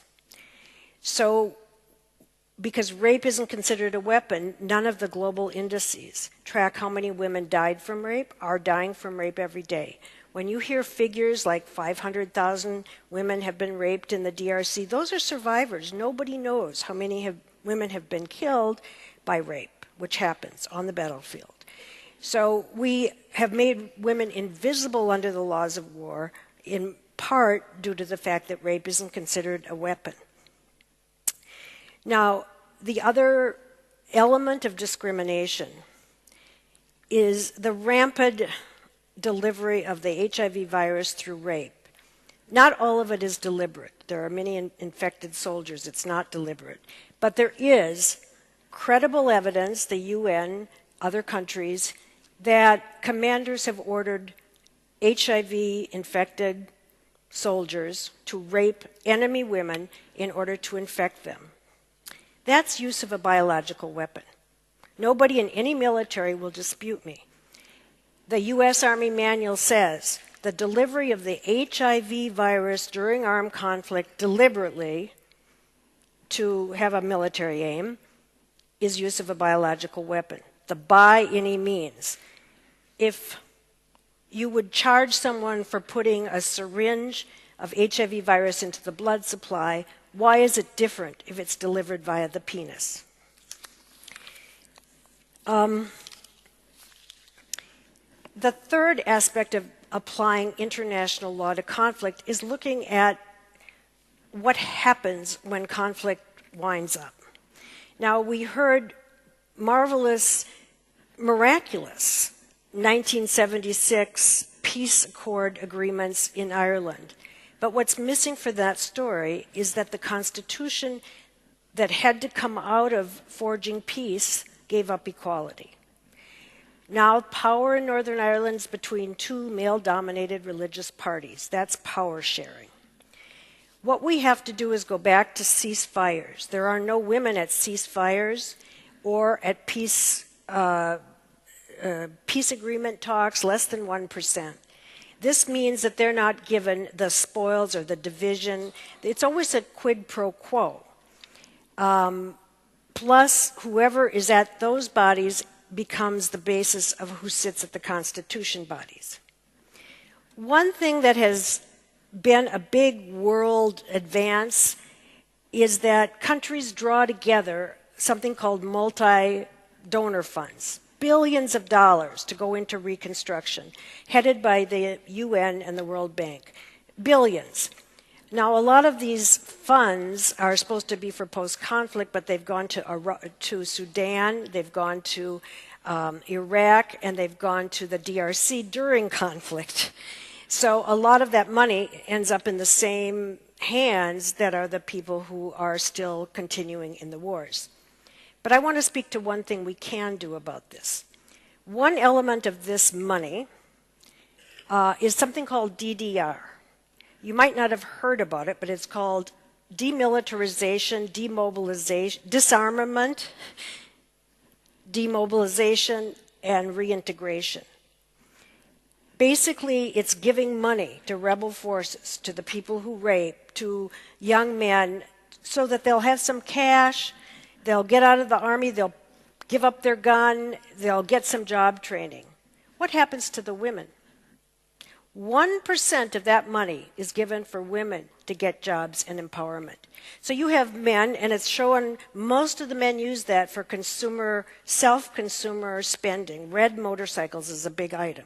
So the men who may be rapists have red motorcycles. The women are staying home with their rape babies. Do you see anything wrong with that picture? Okay. Finally, we have to quit passing laws, and we have to quit having the UN pronounce ending impunity or seeing that people go to the ICC and actually doing it.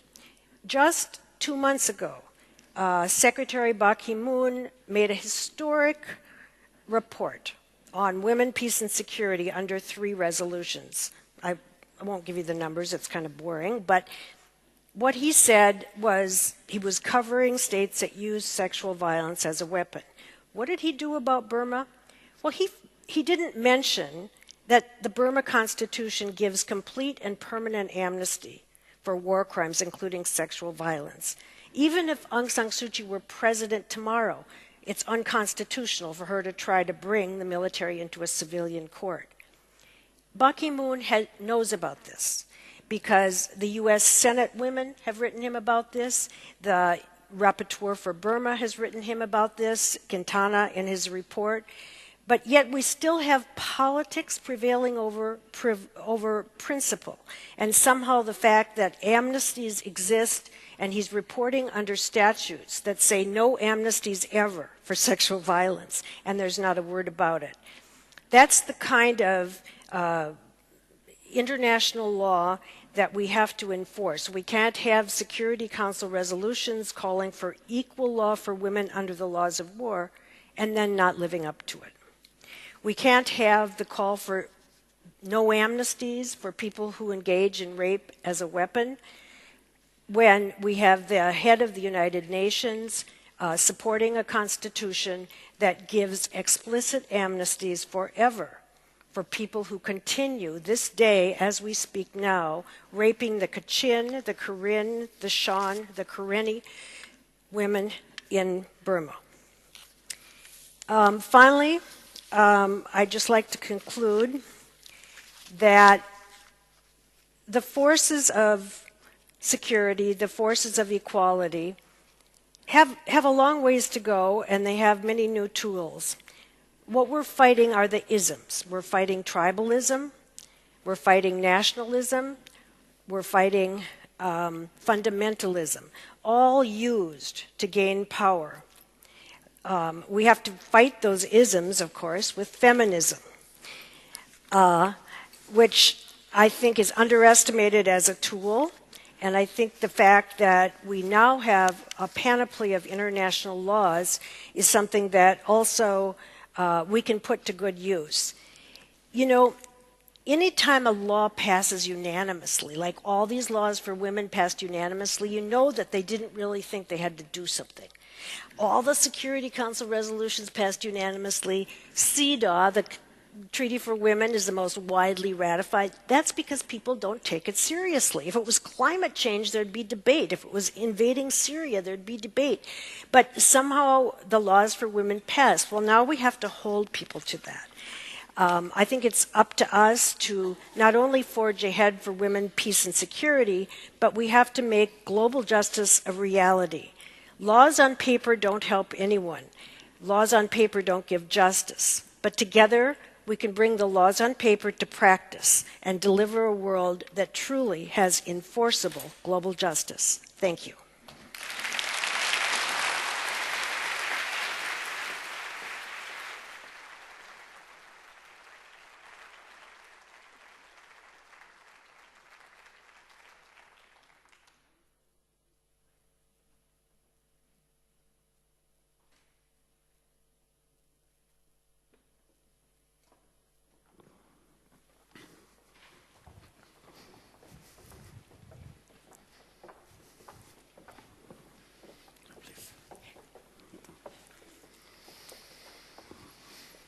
So now we have heard 3 outstanding female international leaders.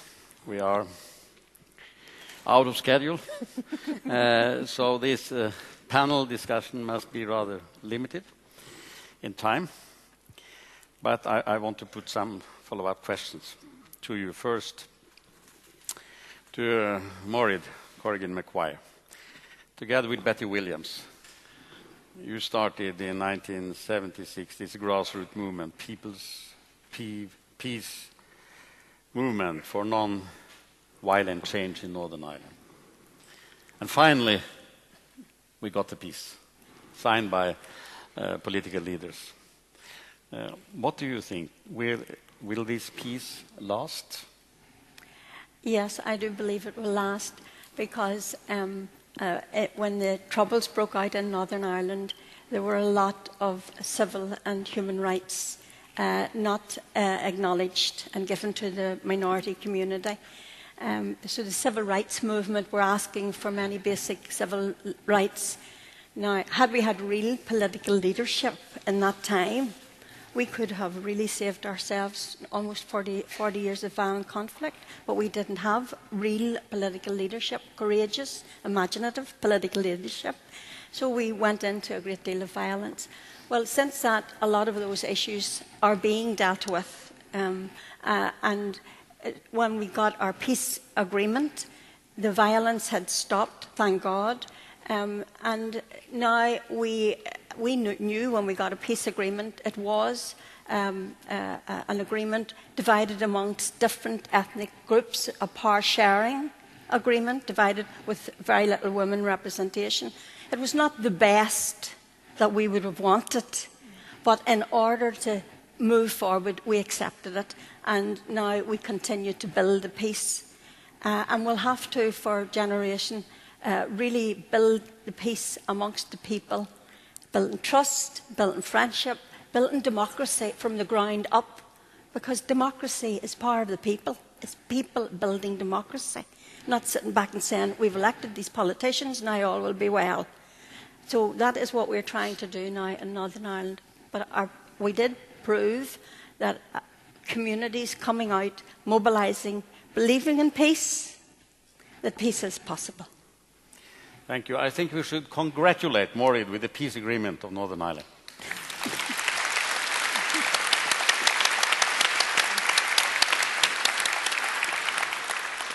It must be great to see that your dream came through. Well, many people worked for a long, long time on it.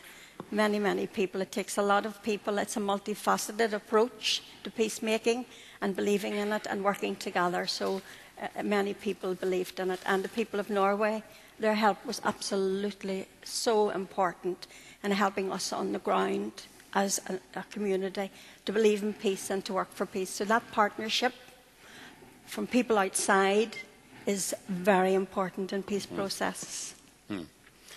Liz Bernstein, from the Noble Women Initiative, I understand that this is an organization that serves also as a network between the female Nobel laureates. And can you elaborate a little bit about how it is to work with these female Nobel laureates around the world? Among them, Maurid. Yes. Sure. Well, we began in 2004 when we met in Nairobi, Kenya, actually.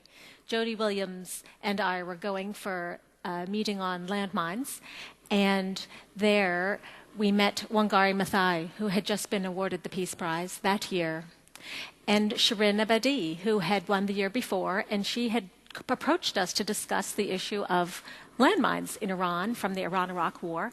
And we met there in Nairobi, and it was actually Shirin who said, we now have women in almost every continent who have won the Nobel Prize. As you pointed out earlier, as Scott pointed out earlier, there had only been 12 at the time in the 100-year history of the prize. But they discussed there the idea of using the credibility and access that the prize affords to support women's rights and peace activists around the world. So went away and decided, how can we put this together? So Jody went off and spoke with Mairead and Betty and Rigoberta Menchú Tum, and they decided to do so, to work together. And so fortunately, they hired me to help them get this going. And we began in 2006. And yes, each one of them, as you know, is incredibly accomplished and busy in their own right with their own projects, but really decided that the power really, from their own work, as Mairead said through her work in Ireland, really was the power of working together. And yes, the individuals, but the collective action for social change was so important. So they wanted to support other women and men working together for change around the world and to do so together. So some of the examples, Mairead has talked about her experience in Palestine, for example. So she encouraged us to see what we could do collectively to help support women and men in Palestine and Israel working on issues there, and helped us plan a delegation of bringing prominent women to Palestine and to meet people on the ground doing the work, and then to help share their stories and their solutions, which are so seldomly told. So that's just an example of what we do together.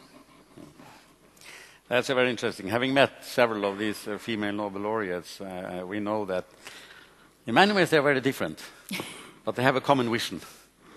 To contribute to peace, and therefore they all deserved the Nobel Peace Prize. But the good thing is that almost all of them didn't stop when they received the Nobel Peace Prize, but they continued their engagement for peace. And that's of great value. Janet, you are especially working with international law.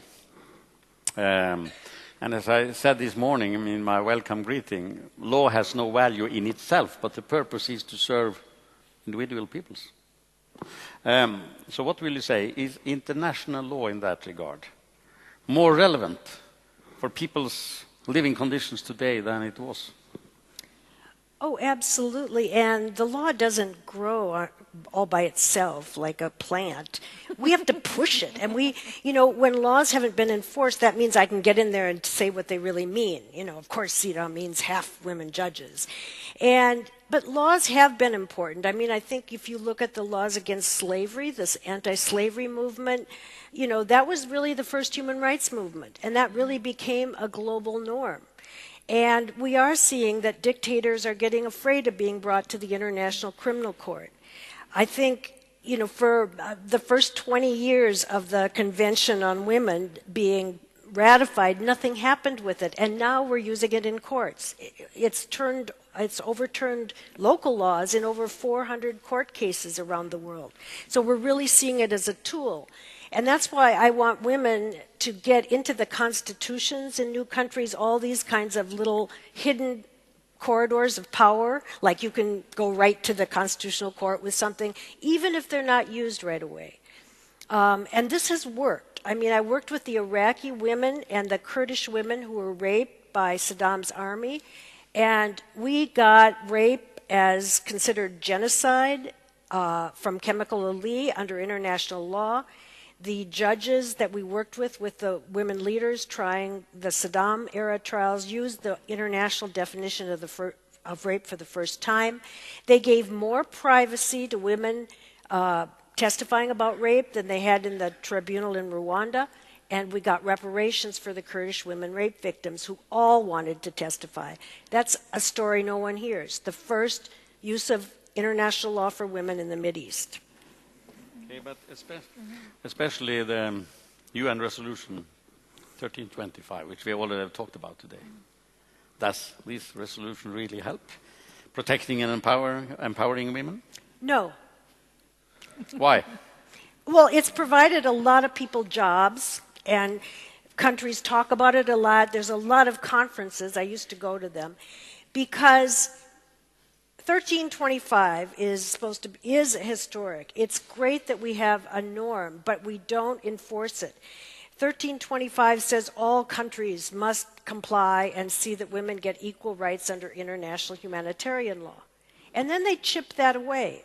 I gave an example about, they're supposed to go to the ICC if they rape women. Is Burma at the ICC? No. Does it rape women? Yes.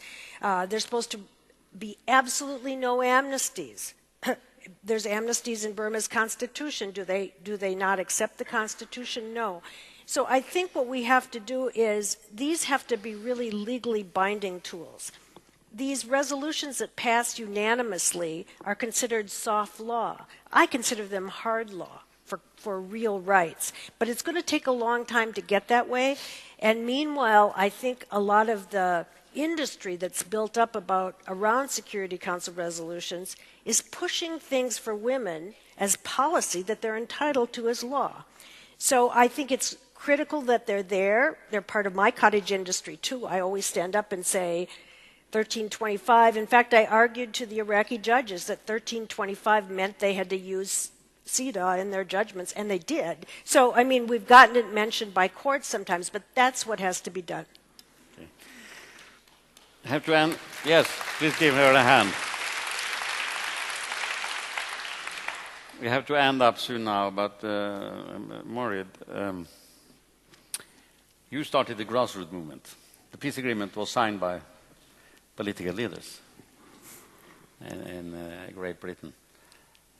How do you see that collaboration or synergy or relations between grassroots and leaders? Well, I think we all have to work, blossom where you're planted, and we all have different gifts. And as long as we're active in trying to bring about real change, that's what's important. And that's what happened in Northern Ireland. It was when the huge majority of people marched on the streets. In 6 months, there was a 70% decrease in the rate of violence. So we made room for the politicians to move. We organised platforms throughout Northern Ireland, and we invited on spokespeople from the different paramilitary groups, and we listened to what they had to say. We were for all-inclusive dialogue and trying to get everybody on board a peace process. But peacemaking takes time, and there are many setbacks, and we had those. So we would have wanted our peace process and our agreement to come sooner, but there were different blocks that happened along the way. But we did get there, and we got there by cooperation with everyone and working to bring everyone on board and making room for the politicians to move us forward into the peace process. And a lot of people were very courageous in doing that.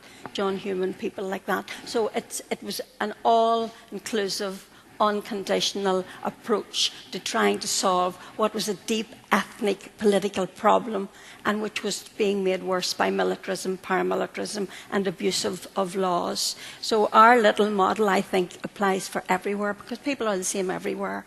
You have to approach it on a multifaceted way. Thank you to Morid, and we admire all three of you. We admire the Nobel laureates and one of your Nobel laureate colleague, Aung San Suu Kyi. We heard her greeting on the screen. She would like to be here, but we know her situation. That's not possible. But we look forward to her visit in Norway, probably this year already. And then we would like to see the Nobel laureate colleagues being with her on the scene here. So welcome back. Thank you very much. Thanks to all of you. Thank you.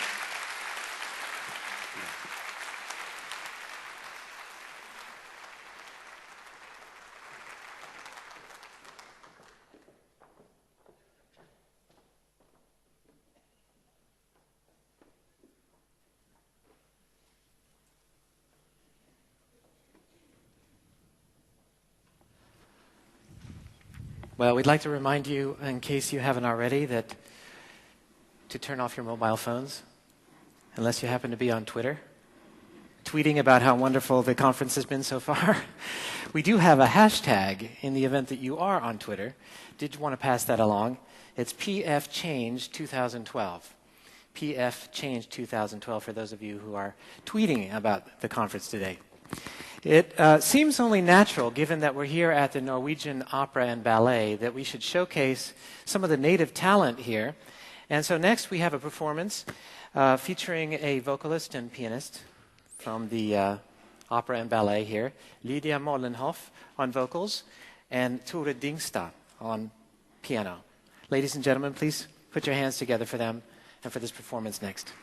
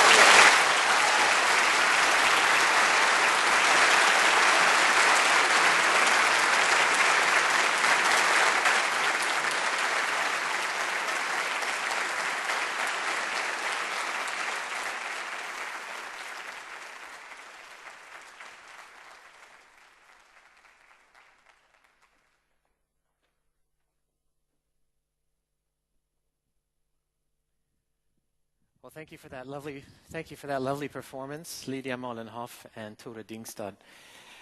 And that leads us to our next session for the morning.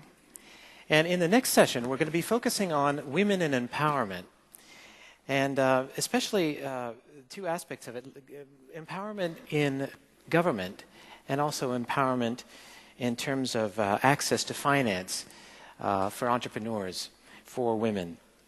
It's safe to say that there's no tool for development that's more effective than the empowerment of women. They work 2/3 of the world's working hours, but they make only 10% of the world's income, and they own less than 1% of the world's property.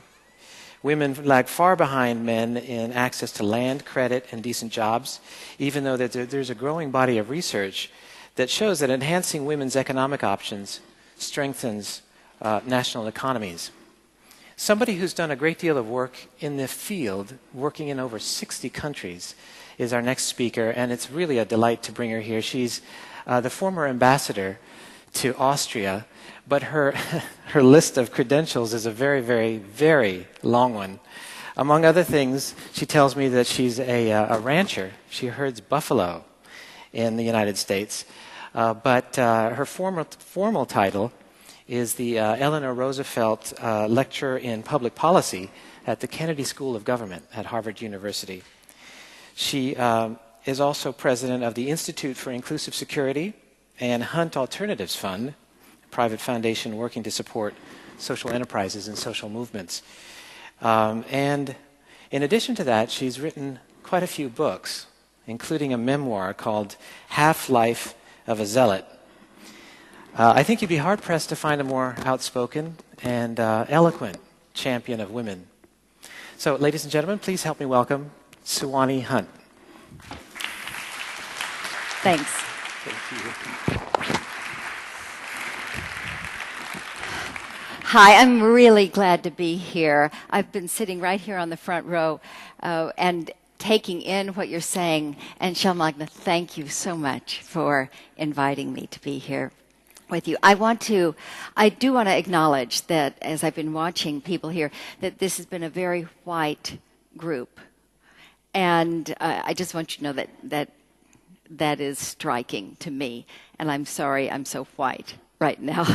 And I actually had a film that I wanted to bring to you, about a 5-minute clip from a film that you should see called Iron Ladies of Liberia, since Ellen Johnson Sirleaf won the Nobel Peace Prize. I assume you've all seen Pray the Devil Back to Hell, which is Lim Gaboy. But do see Iron Ladies of Liberia. You can find it on YouTube. And there's a wonderful piece where Ellen Johnson Sirleaf goes to the Firestone Rubber Company and she demands what is right for the employees. And she does that as part of the peace stabilization in that post-conflict time. So think of me not as me, if you will. Think of me in terms of the probably 1,000+ women leaders with whom I've worked, and very few of them have skin that looks like mine. Okay. I am particularly appreciative of the themes that have been launched here today, and the idea that Ingrid Stange was saying at the very beginning about how closely linked these issues are, because I work on one sliver with a laser focus, and that is the role of women as leaders in conflict areas. I don't work with the issue of women as victims, and the reason I don't is not because I don't care, but if you get women into leadership, they will tend to be much more active in addressing the women as victims piece. And by the way, whenever you're talking about this with people, if you start out with women ought to be at the table, in negotiations or whatever, because they are so many of the victims, you start out with these women as very weak. And so I just would say, don't go there. You don't need to go there. If you start out by saying, women should be at the table because we need women's rights, you know what? Whoever you're talking to already knows that. They already know about women's rights. If that was going to be the decisive argument, it would have already happened. So then you have to say, well, what am I going to convince people of? Because I'm sure that, that as has been mentioned, the number of women, for example, in negotiations is minuscule. It's almost insignificant. And then 60% of the peace agreements, do you all know this stat? 60% of them fail within 5 years. Now, how does that happen? Okay, so here I am. Imagine me. I'm the U.S. ambassador in Austria.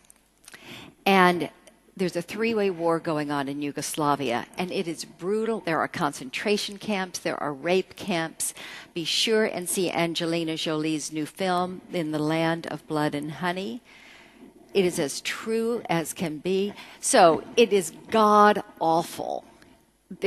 There's been nothing like it in Europe for 50 years since the whole Nazi movement. And I'm right there at this big desk. I'm the last dropping off point before you go into hell. So I have the challenge of hosting negotiations in 1994. It's a three-way war. We need to turn it into a two-way war. Let's get two of the sides together so they can face off against the real aggressors, which was the Serbs. All right. So we have 2 rounds of negotiations, one for 8 days, another for 6 days. We succeed, we get an agreement, we get lines drawn, there are these maps spread out all over my desk. We go to the White House for the signing, and it's an audience like this, an auditorium, and out comes President Clinton, President Izetbegovic, and President Tudjman. Okay, and they stand there, and there's this long table. And I'm sitting right there where you are, and I, look around the auditorium, and do you know what I see? It's a sea of a sea of gray suits. And I thought, holy shit, how did this happen? I hadn't noticed it, and I was the host. I was the host of the talks, and it never dawned on me. I had worked on women's rights and women's organizing and all of that before I became ambassador. I didn't see it. Now, the peace agreement that we came up with was not great at all. The peace agreement at Dayton, which was lauded as being so fabulous to stop the war, it froze the hardliners in power. There was not one woman at the Dayton agreements. Now, I'm one of the good guys. Dick Holbrooke, who led the Dayton talks, he's one of the good guys. We are enlightened. We are progressive. But we weren't looking at it through a gender lens. It didn't dawn on us that that would be an issue. I was thinking, oh, I'm in the world of international security. I know what that looks like. Shoulders like this. Suits like that. So we have to really change our mindsets. We have to throw them in disarray and see what we come out with. And you know what you come out with? You come out with some spectacular examples of what women do to break that vicious circle of we have a pre-conflict situation that goes into war, and then you get this post-conflict. And guess what? The post-conflict is usually a pre-conflict. It just spirals round and round. So how do women get in there and break that up? Well, with the 1,000 women I've been working with, we've been doing histories, recordings, videos, isolating what they do. I'm going to give you just a few examples. They have their fingers on the pulse of the community. Vjosa de Bruna, when she was named right after the Kosovo what shall I say, the war where we came in and we did the bombing and they fled, the big exodus, and then they come back in. Do you remember that? In about 99. Anyway, Vjosa de Bruna was named. You be the Minister for Civil Society, and let's see, that includes independent media and elections. And she was a physician. She went into her office that the UN gave her. There was not a desk. There was no telephone. And how is she supposed to build this whole civil society? So she said, oh, it was okay. There was a cafe across the street, and I had my cell phone. And I said, that's horrible. She said, no, it was perfect because people could come talk to me. And then we set up these forums all over. And because I knew the languages, I just kept talking to people and getting their ideas. And, she created something that was spectacular out of her willingness to be there and to have access. And when women have access, it makes such a difference. Another woman in Palestine, Professor Sumaya, told me that there were some Israeli soldiers, young guys, they were going crazy. They were down at an intersection. They were shooting up the place. She saw it from her window. She came running down. She ran up to these guys and said, stop it!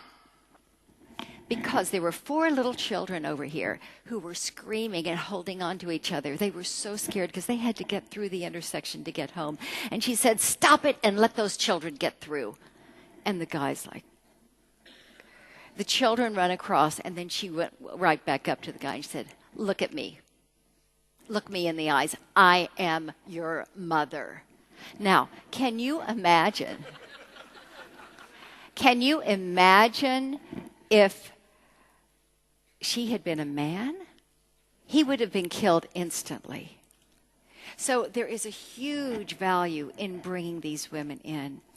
And they have such a force of healing. After the genocide in Rwanda, Aloysia Inyumba was named the Minister for Gender and Families. First thing she did, she had 500,000 orphans. 500,000 orphans. Okay? There were about 7 million people left. 1/10 of the population had been murdered. So she said, I have to do something with these kids. How many children do you have? 2. You have 3 now. How many do you have? 3. You have 4 now. That's what she did. She just handed them off. And she said, I lay at night thinking, what have I done?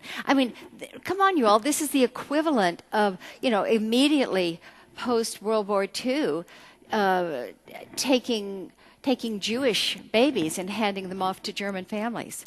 Just, you've got to do this. Better to have them in someone's family. Extraordinary. She said, then she was named the head of Unity and Reconciliation. She went village to village to village to village. She had the villagers make up songs about what had happened to them. She had them make up plays, just anything that would help them get it out. And you all, the world is filled with these magnificent women.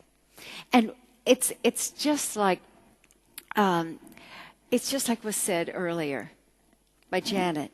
We've got to get them into the positions of power. That's what will make the difference. It's not that they need training. Sure, we work with them a lot about how do you deliver the message in a way that the policymakers can hear. But these women, they are the experts, and they're magnificent.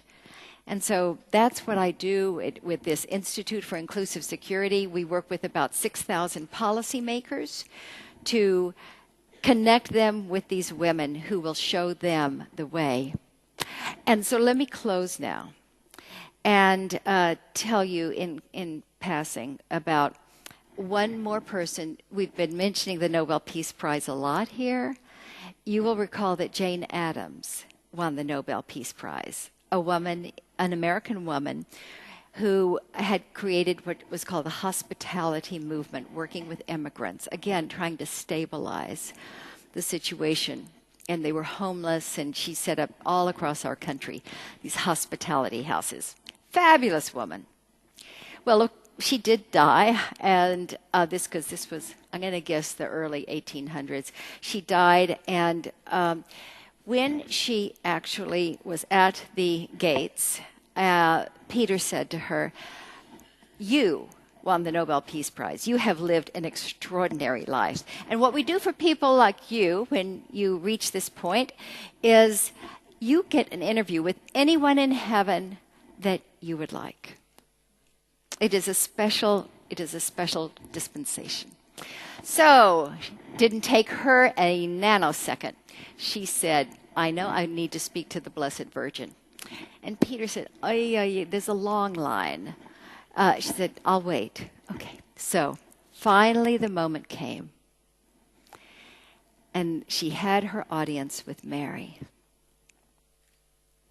And when she went in, she said, I will not keep you. I know there is a very, very, very long line of people who want to speak to you. I have only one question.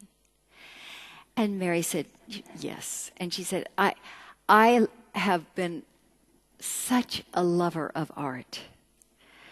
And I go into museums, I go into cathedrals, and I see statues of you. I see bas-relief. I see paintings. And whether it's just you by yourself, or you with the angel, or especially the ones of you holding the Christ child, there is a gentleness in your face, but there is a wistfulness. It's almost a sadness that I see in your face. And why isn't there joy? Why isn't there excitement? You know, this is the Savior of the world. And Mary said, I've never been asked this before. And she looked around, and they were alone. And she said, you're really going to have to not repeat this. But we were really hoping for a girl. So, thank you for...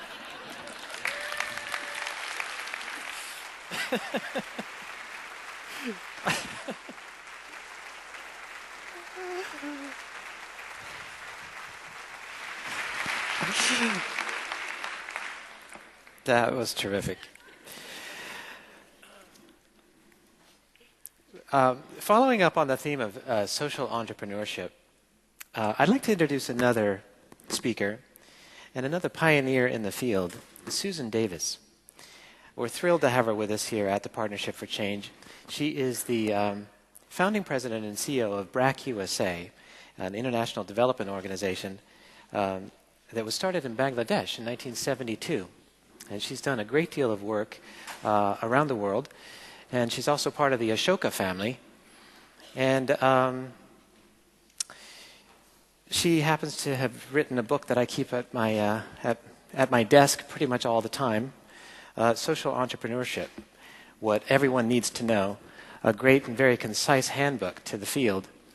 It was written with, I should say that it was written with David Bornstein and came out in 2010. She's been an advisor to a wide range of academic and government organizations as well. And I wonder if there's anyone who really knows more about microfinance than Susan Davis. It's really a great delight to have her with us. Please put your hands together for Susan Davis. Thanks, Scott. Stamina, that's what you all have, right? Thank you so much for your warm welcome and for that kind introduction. There are a lot more people that know a lot more about microfinance, most notably the 2006 Nobel Peace Laureate, Grameen Bank, represented by Taslima Begum and Muhammad Yunus. I say Taslima Begum's name today because she was the first microfinance borrower to stand and speak before the Nobel audience. And I can't help but thinking about her today with her own story of loans for a few goats and some fruit trees and leaving her husband at home to take care of the two boys as she came for her first time, her first plane ride, her first visit to Oslo, Paris, and London. I'd like to add 3 points to today's discussion for your consideration. First, I think there's a shift in consciousness going on from me to we to all of us. As Ken Wilber has written about, many of you must feel that or you wouldn't be here today. The me to we to all of us consciousness means that we're all part of that conversation. And when it intersects with what Bill Drayton was talking about this morning, everyone as a change maker, the potential being unleashed in the world, that's a major force for change. My hypothesis is that talent is equally distributed across race, ethnicity, geography, gender, age. It's opportunity that's not. But we're working to change that. Second, we need to look at the liberation of the feminine values. It's not a question of talking about women's empowerment in isolation any longer.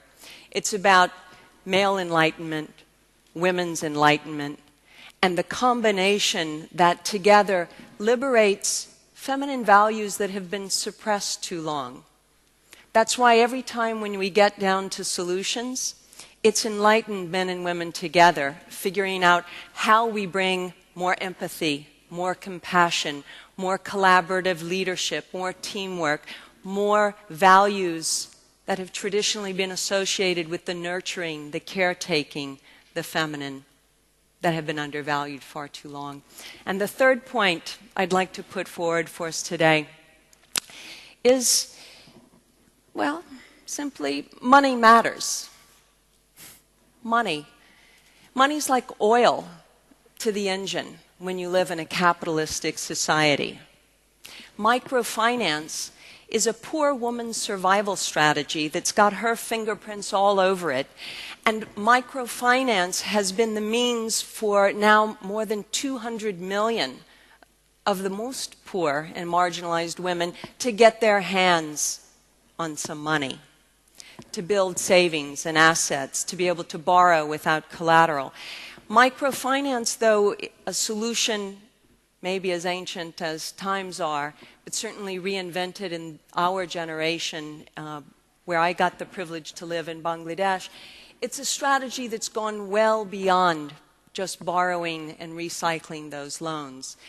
Whether you talk about it as microfinance plus, or you're looking at the reimagining of development, there's a powerful platform for social change. Now, the story of BRAC actually embodies all three of these points. And in the last few minutes that I have with you today, I'd just like to tease you with the story of BRAC in case this is the first time you're hearing about this incredible organization that when I lived in Bangladesh 25 years ago, I became familiar with, and why I've decided that I should put some of my energy behind this remarkable success story. First, it's got a lot of the same themes that you've heard about this morning. It started with a war, the 1971 War of Liberation in Bangladesh. Unfortunately, 1 million deaths, or maybe 2 to 3 million deaths, probably another million or so rapes. Born out of incredible pain, there was a social entrepreneur. His name is Fazli Hassan Abed. He used his own money to start a little effort in a remote part of the northeastern corner of Bangladesh after the war to do what he could with a group of friends. In fact, that's why they called it a committee, the Bangladesh Rehabilitation Assistance Committee. He didn't intend it to be his life's work.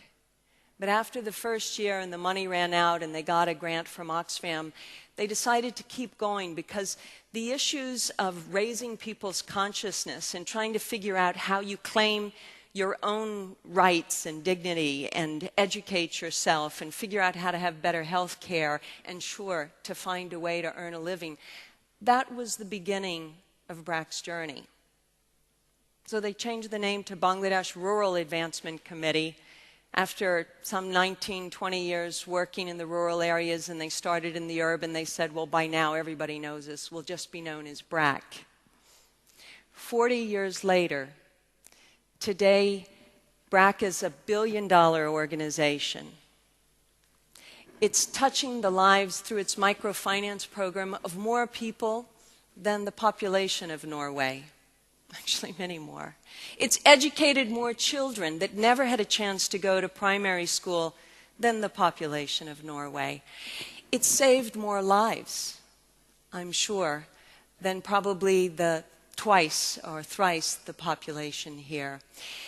If you look at this combined 100,000 plus staff and teachers, plus another 150,000 community health promoters, agriculture promoters, livestock and poultry promoters, human rights promoters, that 250,000 people, that 250,000 workforce touches the lives of 138 million people, now in 10 countries. Amazing. This is a story of grassroots, bottom-up development. It's never happened on this scale before. And that's part of the remarkable success story. That's what you also heard about the power of social entrepreneurship, to be able to dream big. But you see, the BRAC secret is that the focus is on women as change makers. It's that woman who unleashes her own power and potential to be part of change in her family, change in her community, and that's the ripple effect. In looking at the BRAC story, there's certainly an enlightened male, the founder there, but often the paths are born out of both pain and joy. I tried to find out, why did Abed commit his life in such a relentless way, 40 years still going strong? And I learned about his true love in life, Aisha Abed, who died in childbirth, giving birth to their second child, their son. And I realized that there was a reason that he's quoted and people think he's a medical doctor, and why he's so committed to stopping unnecessary deaths of women in childbirth, of looking at ways to solve infant and neonatal mortality. It's born out of that kind of pain. But it doesn't stop there. There are stories now, Hasina and Musharraf, you can actually watch on the videos, where you can see a couple in Bangladesh, and you say, well, what happens when a woman gets empowered with these microloans? What happens to her husband? Well, Musharraf actually will tell you that they haven't had things ever better. In fact, now he volunteers as a gender justice educator in his village, and they used to make fun of him, Hasina says, because the other guys were thinking, you're just henpecked following what your wife is selling. But actually, they started eating together. Often they eat least and last in Bangladeshi culture. But women now are following and watching Hasina eating with Musharraf. They're enjoying and laughing, and they're thinking, how do we get that kind of happy marriage? And Musharraf, who is raising a daughter, is deeply committed to her education. And I think that's part of the secret. The secret of the shift is not born out of intense oppositional politics, but in finding that place of great joy. That's what I'm observing now, 25 years over the years in Bangladesh. And I've seen that probably the best investment comes when we invest in girls. In fact, the best way to prevent poor old ladies is to invest early. The 12-year-old girl is a very powerful change agent. And if we're able to make sure that she gets a chance for both social and economic participation, we can really bend the trajectory of countries. That's what the girl effect is, and that's why BRAC is one of the largest investors in the girl effect. I was just in Bangladesh a few weeks ago, and I happened to have breakfast with one of the scholarship students named Afsana. She was a BRAC girl going to one of these second chance schools for kids who had never been enrolled in primary school or who had dropped out, and there are far too many of them still. And she had the good chance to go on to secondary school and join an adolescent club. In fact, she was a mentor in that club. So the equivalent, I guess, of something like scouting. But she got to practice her leadership skills. She applied and won a scholarship to Brack University, and because every scholarship student gets free language training, she had always wanted to be a doctor and had been put on that different arts and science path, so wasn't allowed to study medicine there. But she started studying Chinese, and she applied and won a Chinese government scholarship. And today, she's studying to be a doctor in China, in Chinese. She's a Brack girl. It gave me goosebumps, and I invited her to our global strategy meeting. I introduced her to the leadership of Brack. We were having our first meeting from all the 12 countries where we're working. They met her and they said, "Oh, Afsana, would you like to make opening remarks before this group of 70 or 100 people?" You know what she said? "Yes, I'd love to." That's empowerment. That's the end of the age of permission and the beginning of audacious agency, audacious dreaming. I think that's the secret in the sauce. Thank you.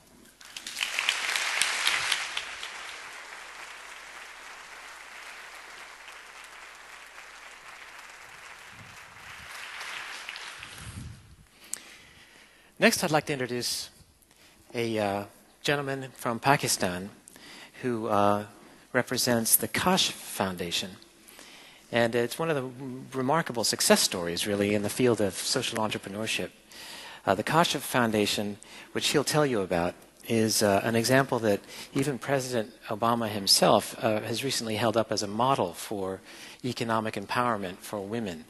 And one of the things that they've done is they've operationalized the whole idea of social entrepreneurship as a way of lifting women out of poverty in Pakistan. It was started by a very inspiring woman, Rushana Zafar, in Pakistan, who wasn't able to come. And so in her place, the Chief Operating Officer, Kamran Azim, is willing to come and to talk a little bit about the Kashf Foundation, a wonderful example of social entrepreneurship in action. Ladies and gentlemen, here he is, Kamran Azim. Yeah, thank you. Thank you. I've got a couple of challenges over here. The first is to speak after such inspiring and eloquent speakers like Susan and Swani, especially about microfinance. And the second is to be in between a hungry audience and lunch. So I'll try to keep it very specific. So the plan is to keep it short. I'll talk about the organization that Scott just mentioned. Kashf, the name Kashf in Arabic means a process of revelation. It's a miracle. It's a process of revelation. And I learned about this in the 10 years that I've served Kashf Foundation. It started in 1995 by Roshani when she met Professor Yunus. This was a chance encounter. She was attending a conference, and there was Professor Yunus sitting over there, and he learned, and she started asking him questions about microfinance. So then the challenge was to set up a replicable model in Pakistan. And the challenge was that in Pakistan, the society is such that there are lots of myths. And the biggest myth was that women are not creditworthy. And the entire program had to be built around that. So we had to set up a women-centric microfinance in Pakistan. This was never done before. Since its inception, since its creation in 1947, we had never had such an experience. Today, based on the breaking of those myths, Kashf has been able to disperse almost $265 million to over 1.9 million households. So that is where Kashf stands at the moment. But our commitment to being a gender equitable organization is not just for the communities that we serve, it's also in the organization that we have. So the entire organization, right from the board to the field officers, has a 50% gender balance. So that's the other thing that we ensure at Kashf. So what's the theory? Why do we feel that it is important for women to be economically empowered? Things that have already been spoken about, so I'll just quickly look at the 4 areas. The first is, of course, economic growth. We know that there's a huge difference that happens in the GDP once women get a chance to participate in the economy. There's the other, especially specific to Pakistan, is the long-term social benefit, because the more involved you have women in the economic activity, their marriages are delayed, and they have lower fertility rates as well. That's the other element. The contribution towards households is the third element. Increased control over household resources, empower women, and I'll share a few examples with you of that as well. And of course, the opportunity cost. There's billions of dollars of revenue that can be earned further when women participate in an economy, especially like an economy which has 92 million people to feed in Pakistan. So that's a huge population to serve. So what's a typical Kashf client look like before this lady accesses services from Kashf?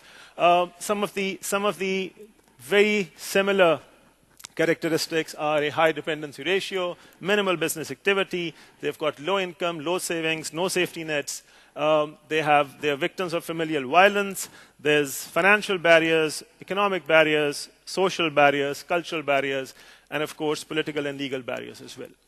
So what's our approach? How does Kashf serve these? How do we, as an organization, what was the approach that we took in Pakistan to eradicate those barriers from women's progress? The first, of course, in terms of financial barriers, was that women face this lack of access to financial resources. Men in our societies, they control the cash. So what did we look at? We said we will have products which will only focus at women. So of the 1.9 million families that we've served, all of them are either women or the businesses are managed by women. So that's been our focus.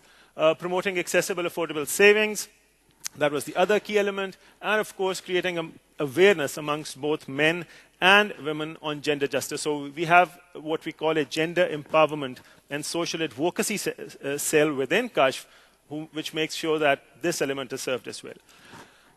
In terms of the economic barriers, women undertake activities which are usually which have a low return. They have a heavy domestic burden, so there's very little that they can participate in the economy.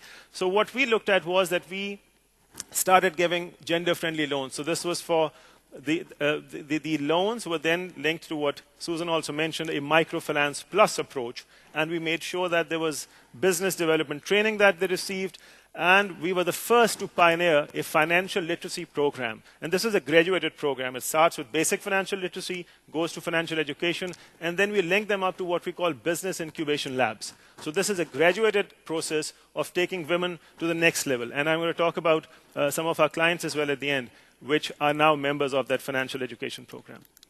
The social cultural barrier, of course. It's about women not being literate or being educated. Again, what I just spoke about in terms of the financial training, and also making sure that we've changed the concept of the typical group, which Ramin started. Now we have a more cohesive, smaller group where women can then support each other in similar businesses and link it up with financial education. And at the end, of course, political and legal issues. So that, again, is being targeted by ensuring that we link women to certain products which give them property rights. So we've started this home improvement and house loan as well, which is only for women. So if you own a property, it's in your name as a woman, we give them the funds to then improve those, rent them out, use them for businesses. So that's the approach that we have. So in terms of some of the quick stories that I wanted to share with you. Now, before coming to Oslo, which I came yesterday, I went last week and I visited both these clients again because they've been our sort of flagship stories. But then of the 2 million clients that we've served, I could only quickly have time to share 2 of those stories with you. Here's Parveen Baji. Now, this lady, she got married when she was 20. And she had to leave her city. From Lahore she went to Faisalabad. There, her husband fell ill. And because the husband fell ill, he actually had a paralysis attack. And the reason for that was that the husband's brother ran into an accident, and out of depression, he went into a paralysis attack. Now, she was expecting a 7th child. She was expecting a 7th child at that time. She didn't have any source of income. And this was the time when she met one of her neighbors. The neighbor was a moneylender. And she asked this moneylender for a small loan to buy a sewing machine. That was the only thing that she knew. So she bought a sewing machine. This is way back in 1999. Till 2001, she tried to repay the loan of that moneylender. And in 2001, her sister-in-law told her about Kash Foundation. And then she took a loan. And when I met her same day last week, she had, because we have this financial education training, and she's one of the mentors over there. So she had tears in her eyes when she told me that the most difficult part of her life when she was trying to repay that 2-year loan from a moneylender. So then she started taking loans from Kash Foundation. And today, three of her daughters and herself, they have a small training institute within their house. And they teach other women in communities how to sew. So that's Parveen Baji for you. Her entire story is over. I'll skip the story. I'll just go to the next one. Here's another, because I wanted to keep it short. See, lunch. Anyway, the next one is Saima, an even more inspiring story. She had a husband whose business flopped. I mean, the husband was running a small grocery store. He became a drug addict. And this lady, Saima, she had 7 daughters. And she was, they had no source of income. They had a small house, and the husband started beating her up and wanted to sell the house. That was the time when Kash Foundation came into the picture, and we offered her a loan. She had the skill of making hand-embroidered dresses. And when she started making those dresses, the people in the community started getting attracted towards her, and she started selling those in the local community. After 7 years, Saima today owns one of the largest networks in that community of hand-embroidered dresses. And she is someone who was then featured by Nicholas Kristof in his book, Half the Sky. And then her story was also published. And actually, she was featured by Oprah Winfrey in her program, and her story also appeared in the New York Times. So this is the power of change that Kash Foundation is trying to bring in. The story of Saima has been so inspiring for us that when Nicholas came again and we went to visit Saima, she had a big grin on her face, and he said, my husband works for me now. So the thing is, that's the kind of change that we were able to bring in their life. So at the end, what is the kind of impact that you're looking at? The 3 things. Excuse the 2 blocks over there, that's a typo. The 3 things. What we've seen over the last decade and a half actually, is the 3 impacts that microfinance has on women's life. There's increase in income. We've seen that a mature client, we define mature a client who's been with us for 3 to 5 years. There's a 51% increase in the income of clients when they continue the relationship with Kash. There's an 89% increase in their saving after the 3rd year. And 60% of mature clients think that their nutritional intake improves as compared to 35% of the new clients. So these are the 3 key impacts that we've seen of our work, and we feel that these are enough for us to keep striving forward with the same vigor for the work that we're doing. At the end, there's this article that Roshane, the managing director, Scott spoke about her. I had to fill in her shoes, and this was a very difficult job to do. Couldn't even could never imagine I'd be speaking over here for her. But then she wrote an article which said, gender equality is smart economics. And in that article, I took a quote out of this. This was an article that she published, that was published last month in all the local newspapers in Pakistan. She said that restoring human dignity can only be possible if both women and men can access economic opportunities equally. So that's where we think we will continue to strive for. So thank you so much for your patient time. Thank you. Thank you.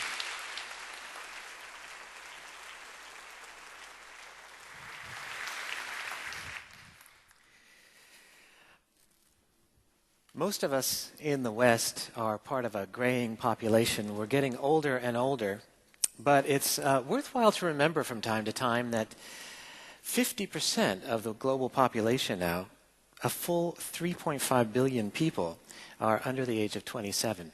So it doesn't take a great feat of intelligence to realize that any strategy aimed at social innovation has to involve young people. In fact, it probably has to do more than just involve young people. It probably should be led by young people. And in fact, this is a theme that we're going to be focusing on in Partnership for Change 2013, something to look forward to. We're going to focus on this specific issue of young people. And it's also for this reason that we have as our poster boy for this particular conference a young social entrepreneur from Norway, whose name is Jonas Borchgrevink, and his picture is right here on the cover of your program. He's here with us now, and he's going to present the story of his social entrepreneurship, his unique project. He's taken some time off from his studies at business school here in Oslo to devote himself full-time to a project he's been working on for some time. And I'm delighted to bring him on to discuss his project. So, ladies and gentlemen, Jonas Borchgrevink.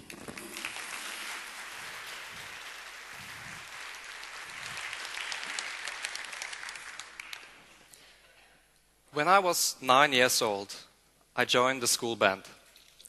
My best friend got the trumpet, while I got the clarinet. One day I told him, if you play music on the pavement, someone will give us money.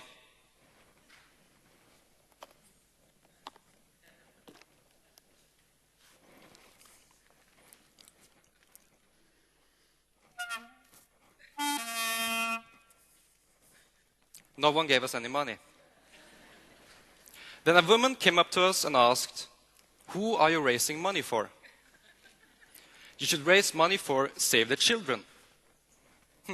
That was a good idea. So we drew a poster of Save the Children logo and started playing once more.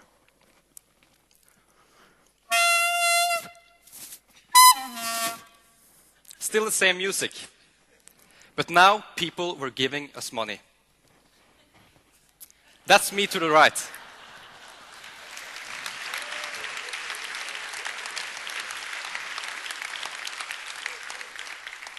We raised more than 1,000 Norwegian kroners and ended up in the local newspaper.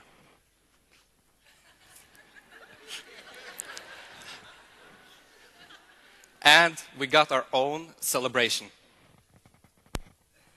with cake and soda. After we had given the money to Save the Children, I was left with some questions. Who got the money and how was it spent? It should take 6 years until I got the solution for these questions. I remember sitting in front of my computer, 15 years old, and getting this idea. What if we could create a social network for people who care? A place that showed what happened with the money you donated. A service that gave you the updates you need to be more engaged. My generation are used to social media, and information is critical to stay interested. The idea turned slowly into the concept called My Good Act. One more.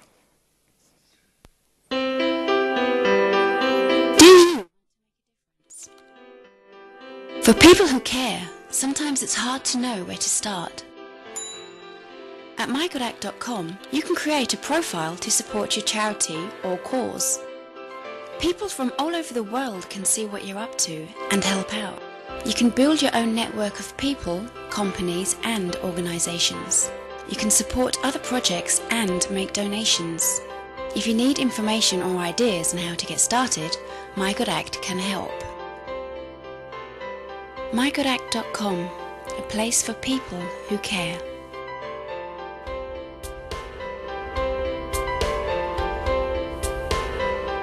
My Good Act strives to reduce the communication gap between great causes and younger generations and inspire people to take action. Today, we are relaunching My Good Act as a new and improved service. We chose to relaunch My Good Act at the Partnership for Change conference because of the great mix of people. We got businesses, NGOs, social entrepreneurs, politicians, young people, and old people. So, please help me and relaunch My Good Act. We will start countdown from 5. 5, 4, 3, 2, 1. Enjoy.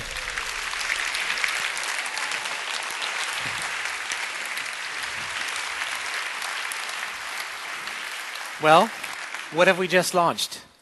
We have launched a great social network for people to interact with each other and to get updates they need on projects and investigate. And we just did this now? We just did this now, yeah. So it just went live as you were counting down? So just it's now? live now, Okay. yeah. And we relaunched to Beta Plus. Well, so help me understand. When you say that this is now live, is this how will, for example, how will you fund it? Will it be funded through commissions if people contribute money to it? Will you support the project through commissions or? Yeah, the thing is that we are now supported by some companies and some organizations. And at My Good Act, a private person can start their own fundraiser for different projects that they can find themselves. So, for example, you can start a fundraiser for Amnesty, or you can check out a project of Rainforest Found, and you can get updates you need, and also see how much money they have gained. Fantastic. So, we've seen the transformation, really, of giving and supporting causes that we care about. And in the United States, of course, the whole philanthropy world has undergone tremendous changes as people have decided that they would rather direct their contributions without any intermediaries. And internet technologies like Kickstarter and Kiva, have really transformed this. Is this similar to what they have done? In Norway? It's not very similar, but it's in the same area. But with My Good Act, you can donate directly to the organizations. So we don't get any cut of the donations. And also I should just say that in the case of both Kiva and Kickstarter, of course, they take a commission. And so what you're saying is that if I were to contribute through My Good Act, part of my money is not going to go basically to supporting your overhead. No, it will go directly to the account of the organization. Fantastic. Yeah. Fantastic. Well, good luck with your project. We're delighted to have you present. Thank you. Thank you.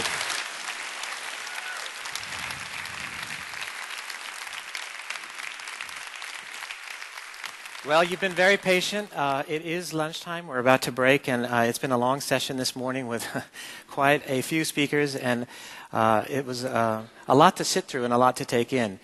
I did want to mention before we break, we're going to be reconvening promptly at 1 o'clock, and when we do, we're going to be going into parallel sessions and workshops. And if you haven't signed up for a workshop this afternoon, do so now, immediately upon exiting, because there is limited seating for some of the workshops. And we want to make sure that everybody gets into the one that they want, so do that right away. There is a table, a work table, whatever they call it, a stand out in the lobby where you can sign up for the workshops that you want.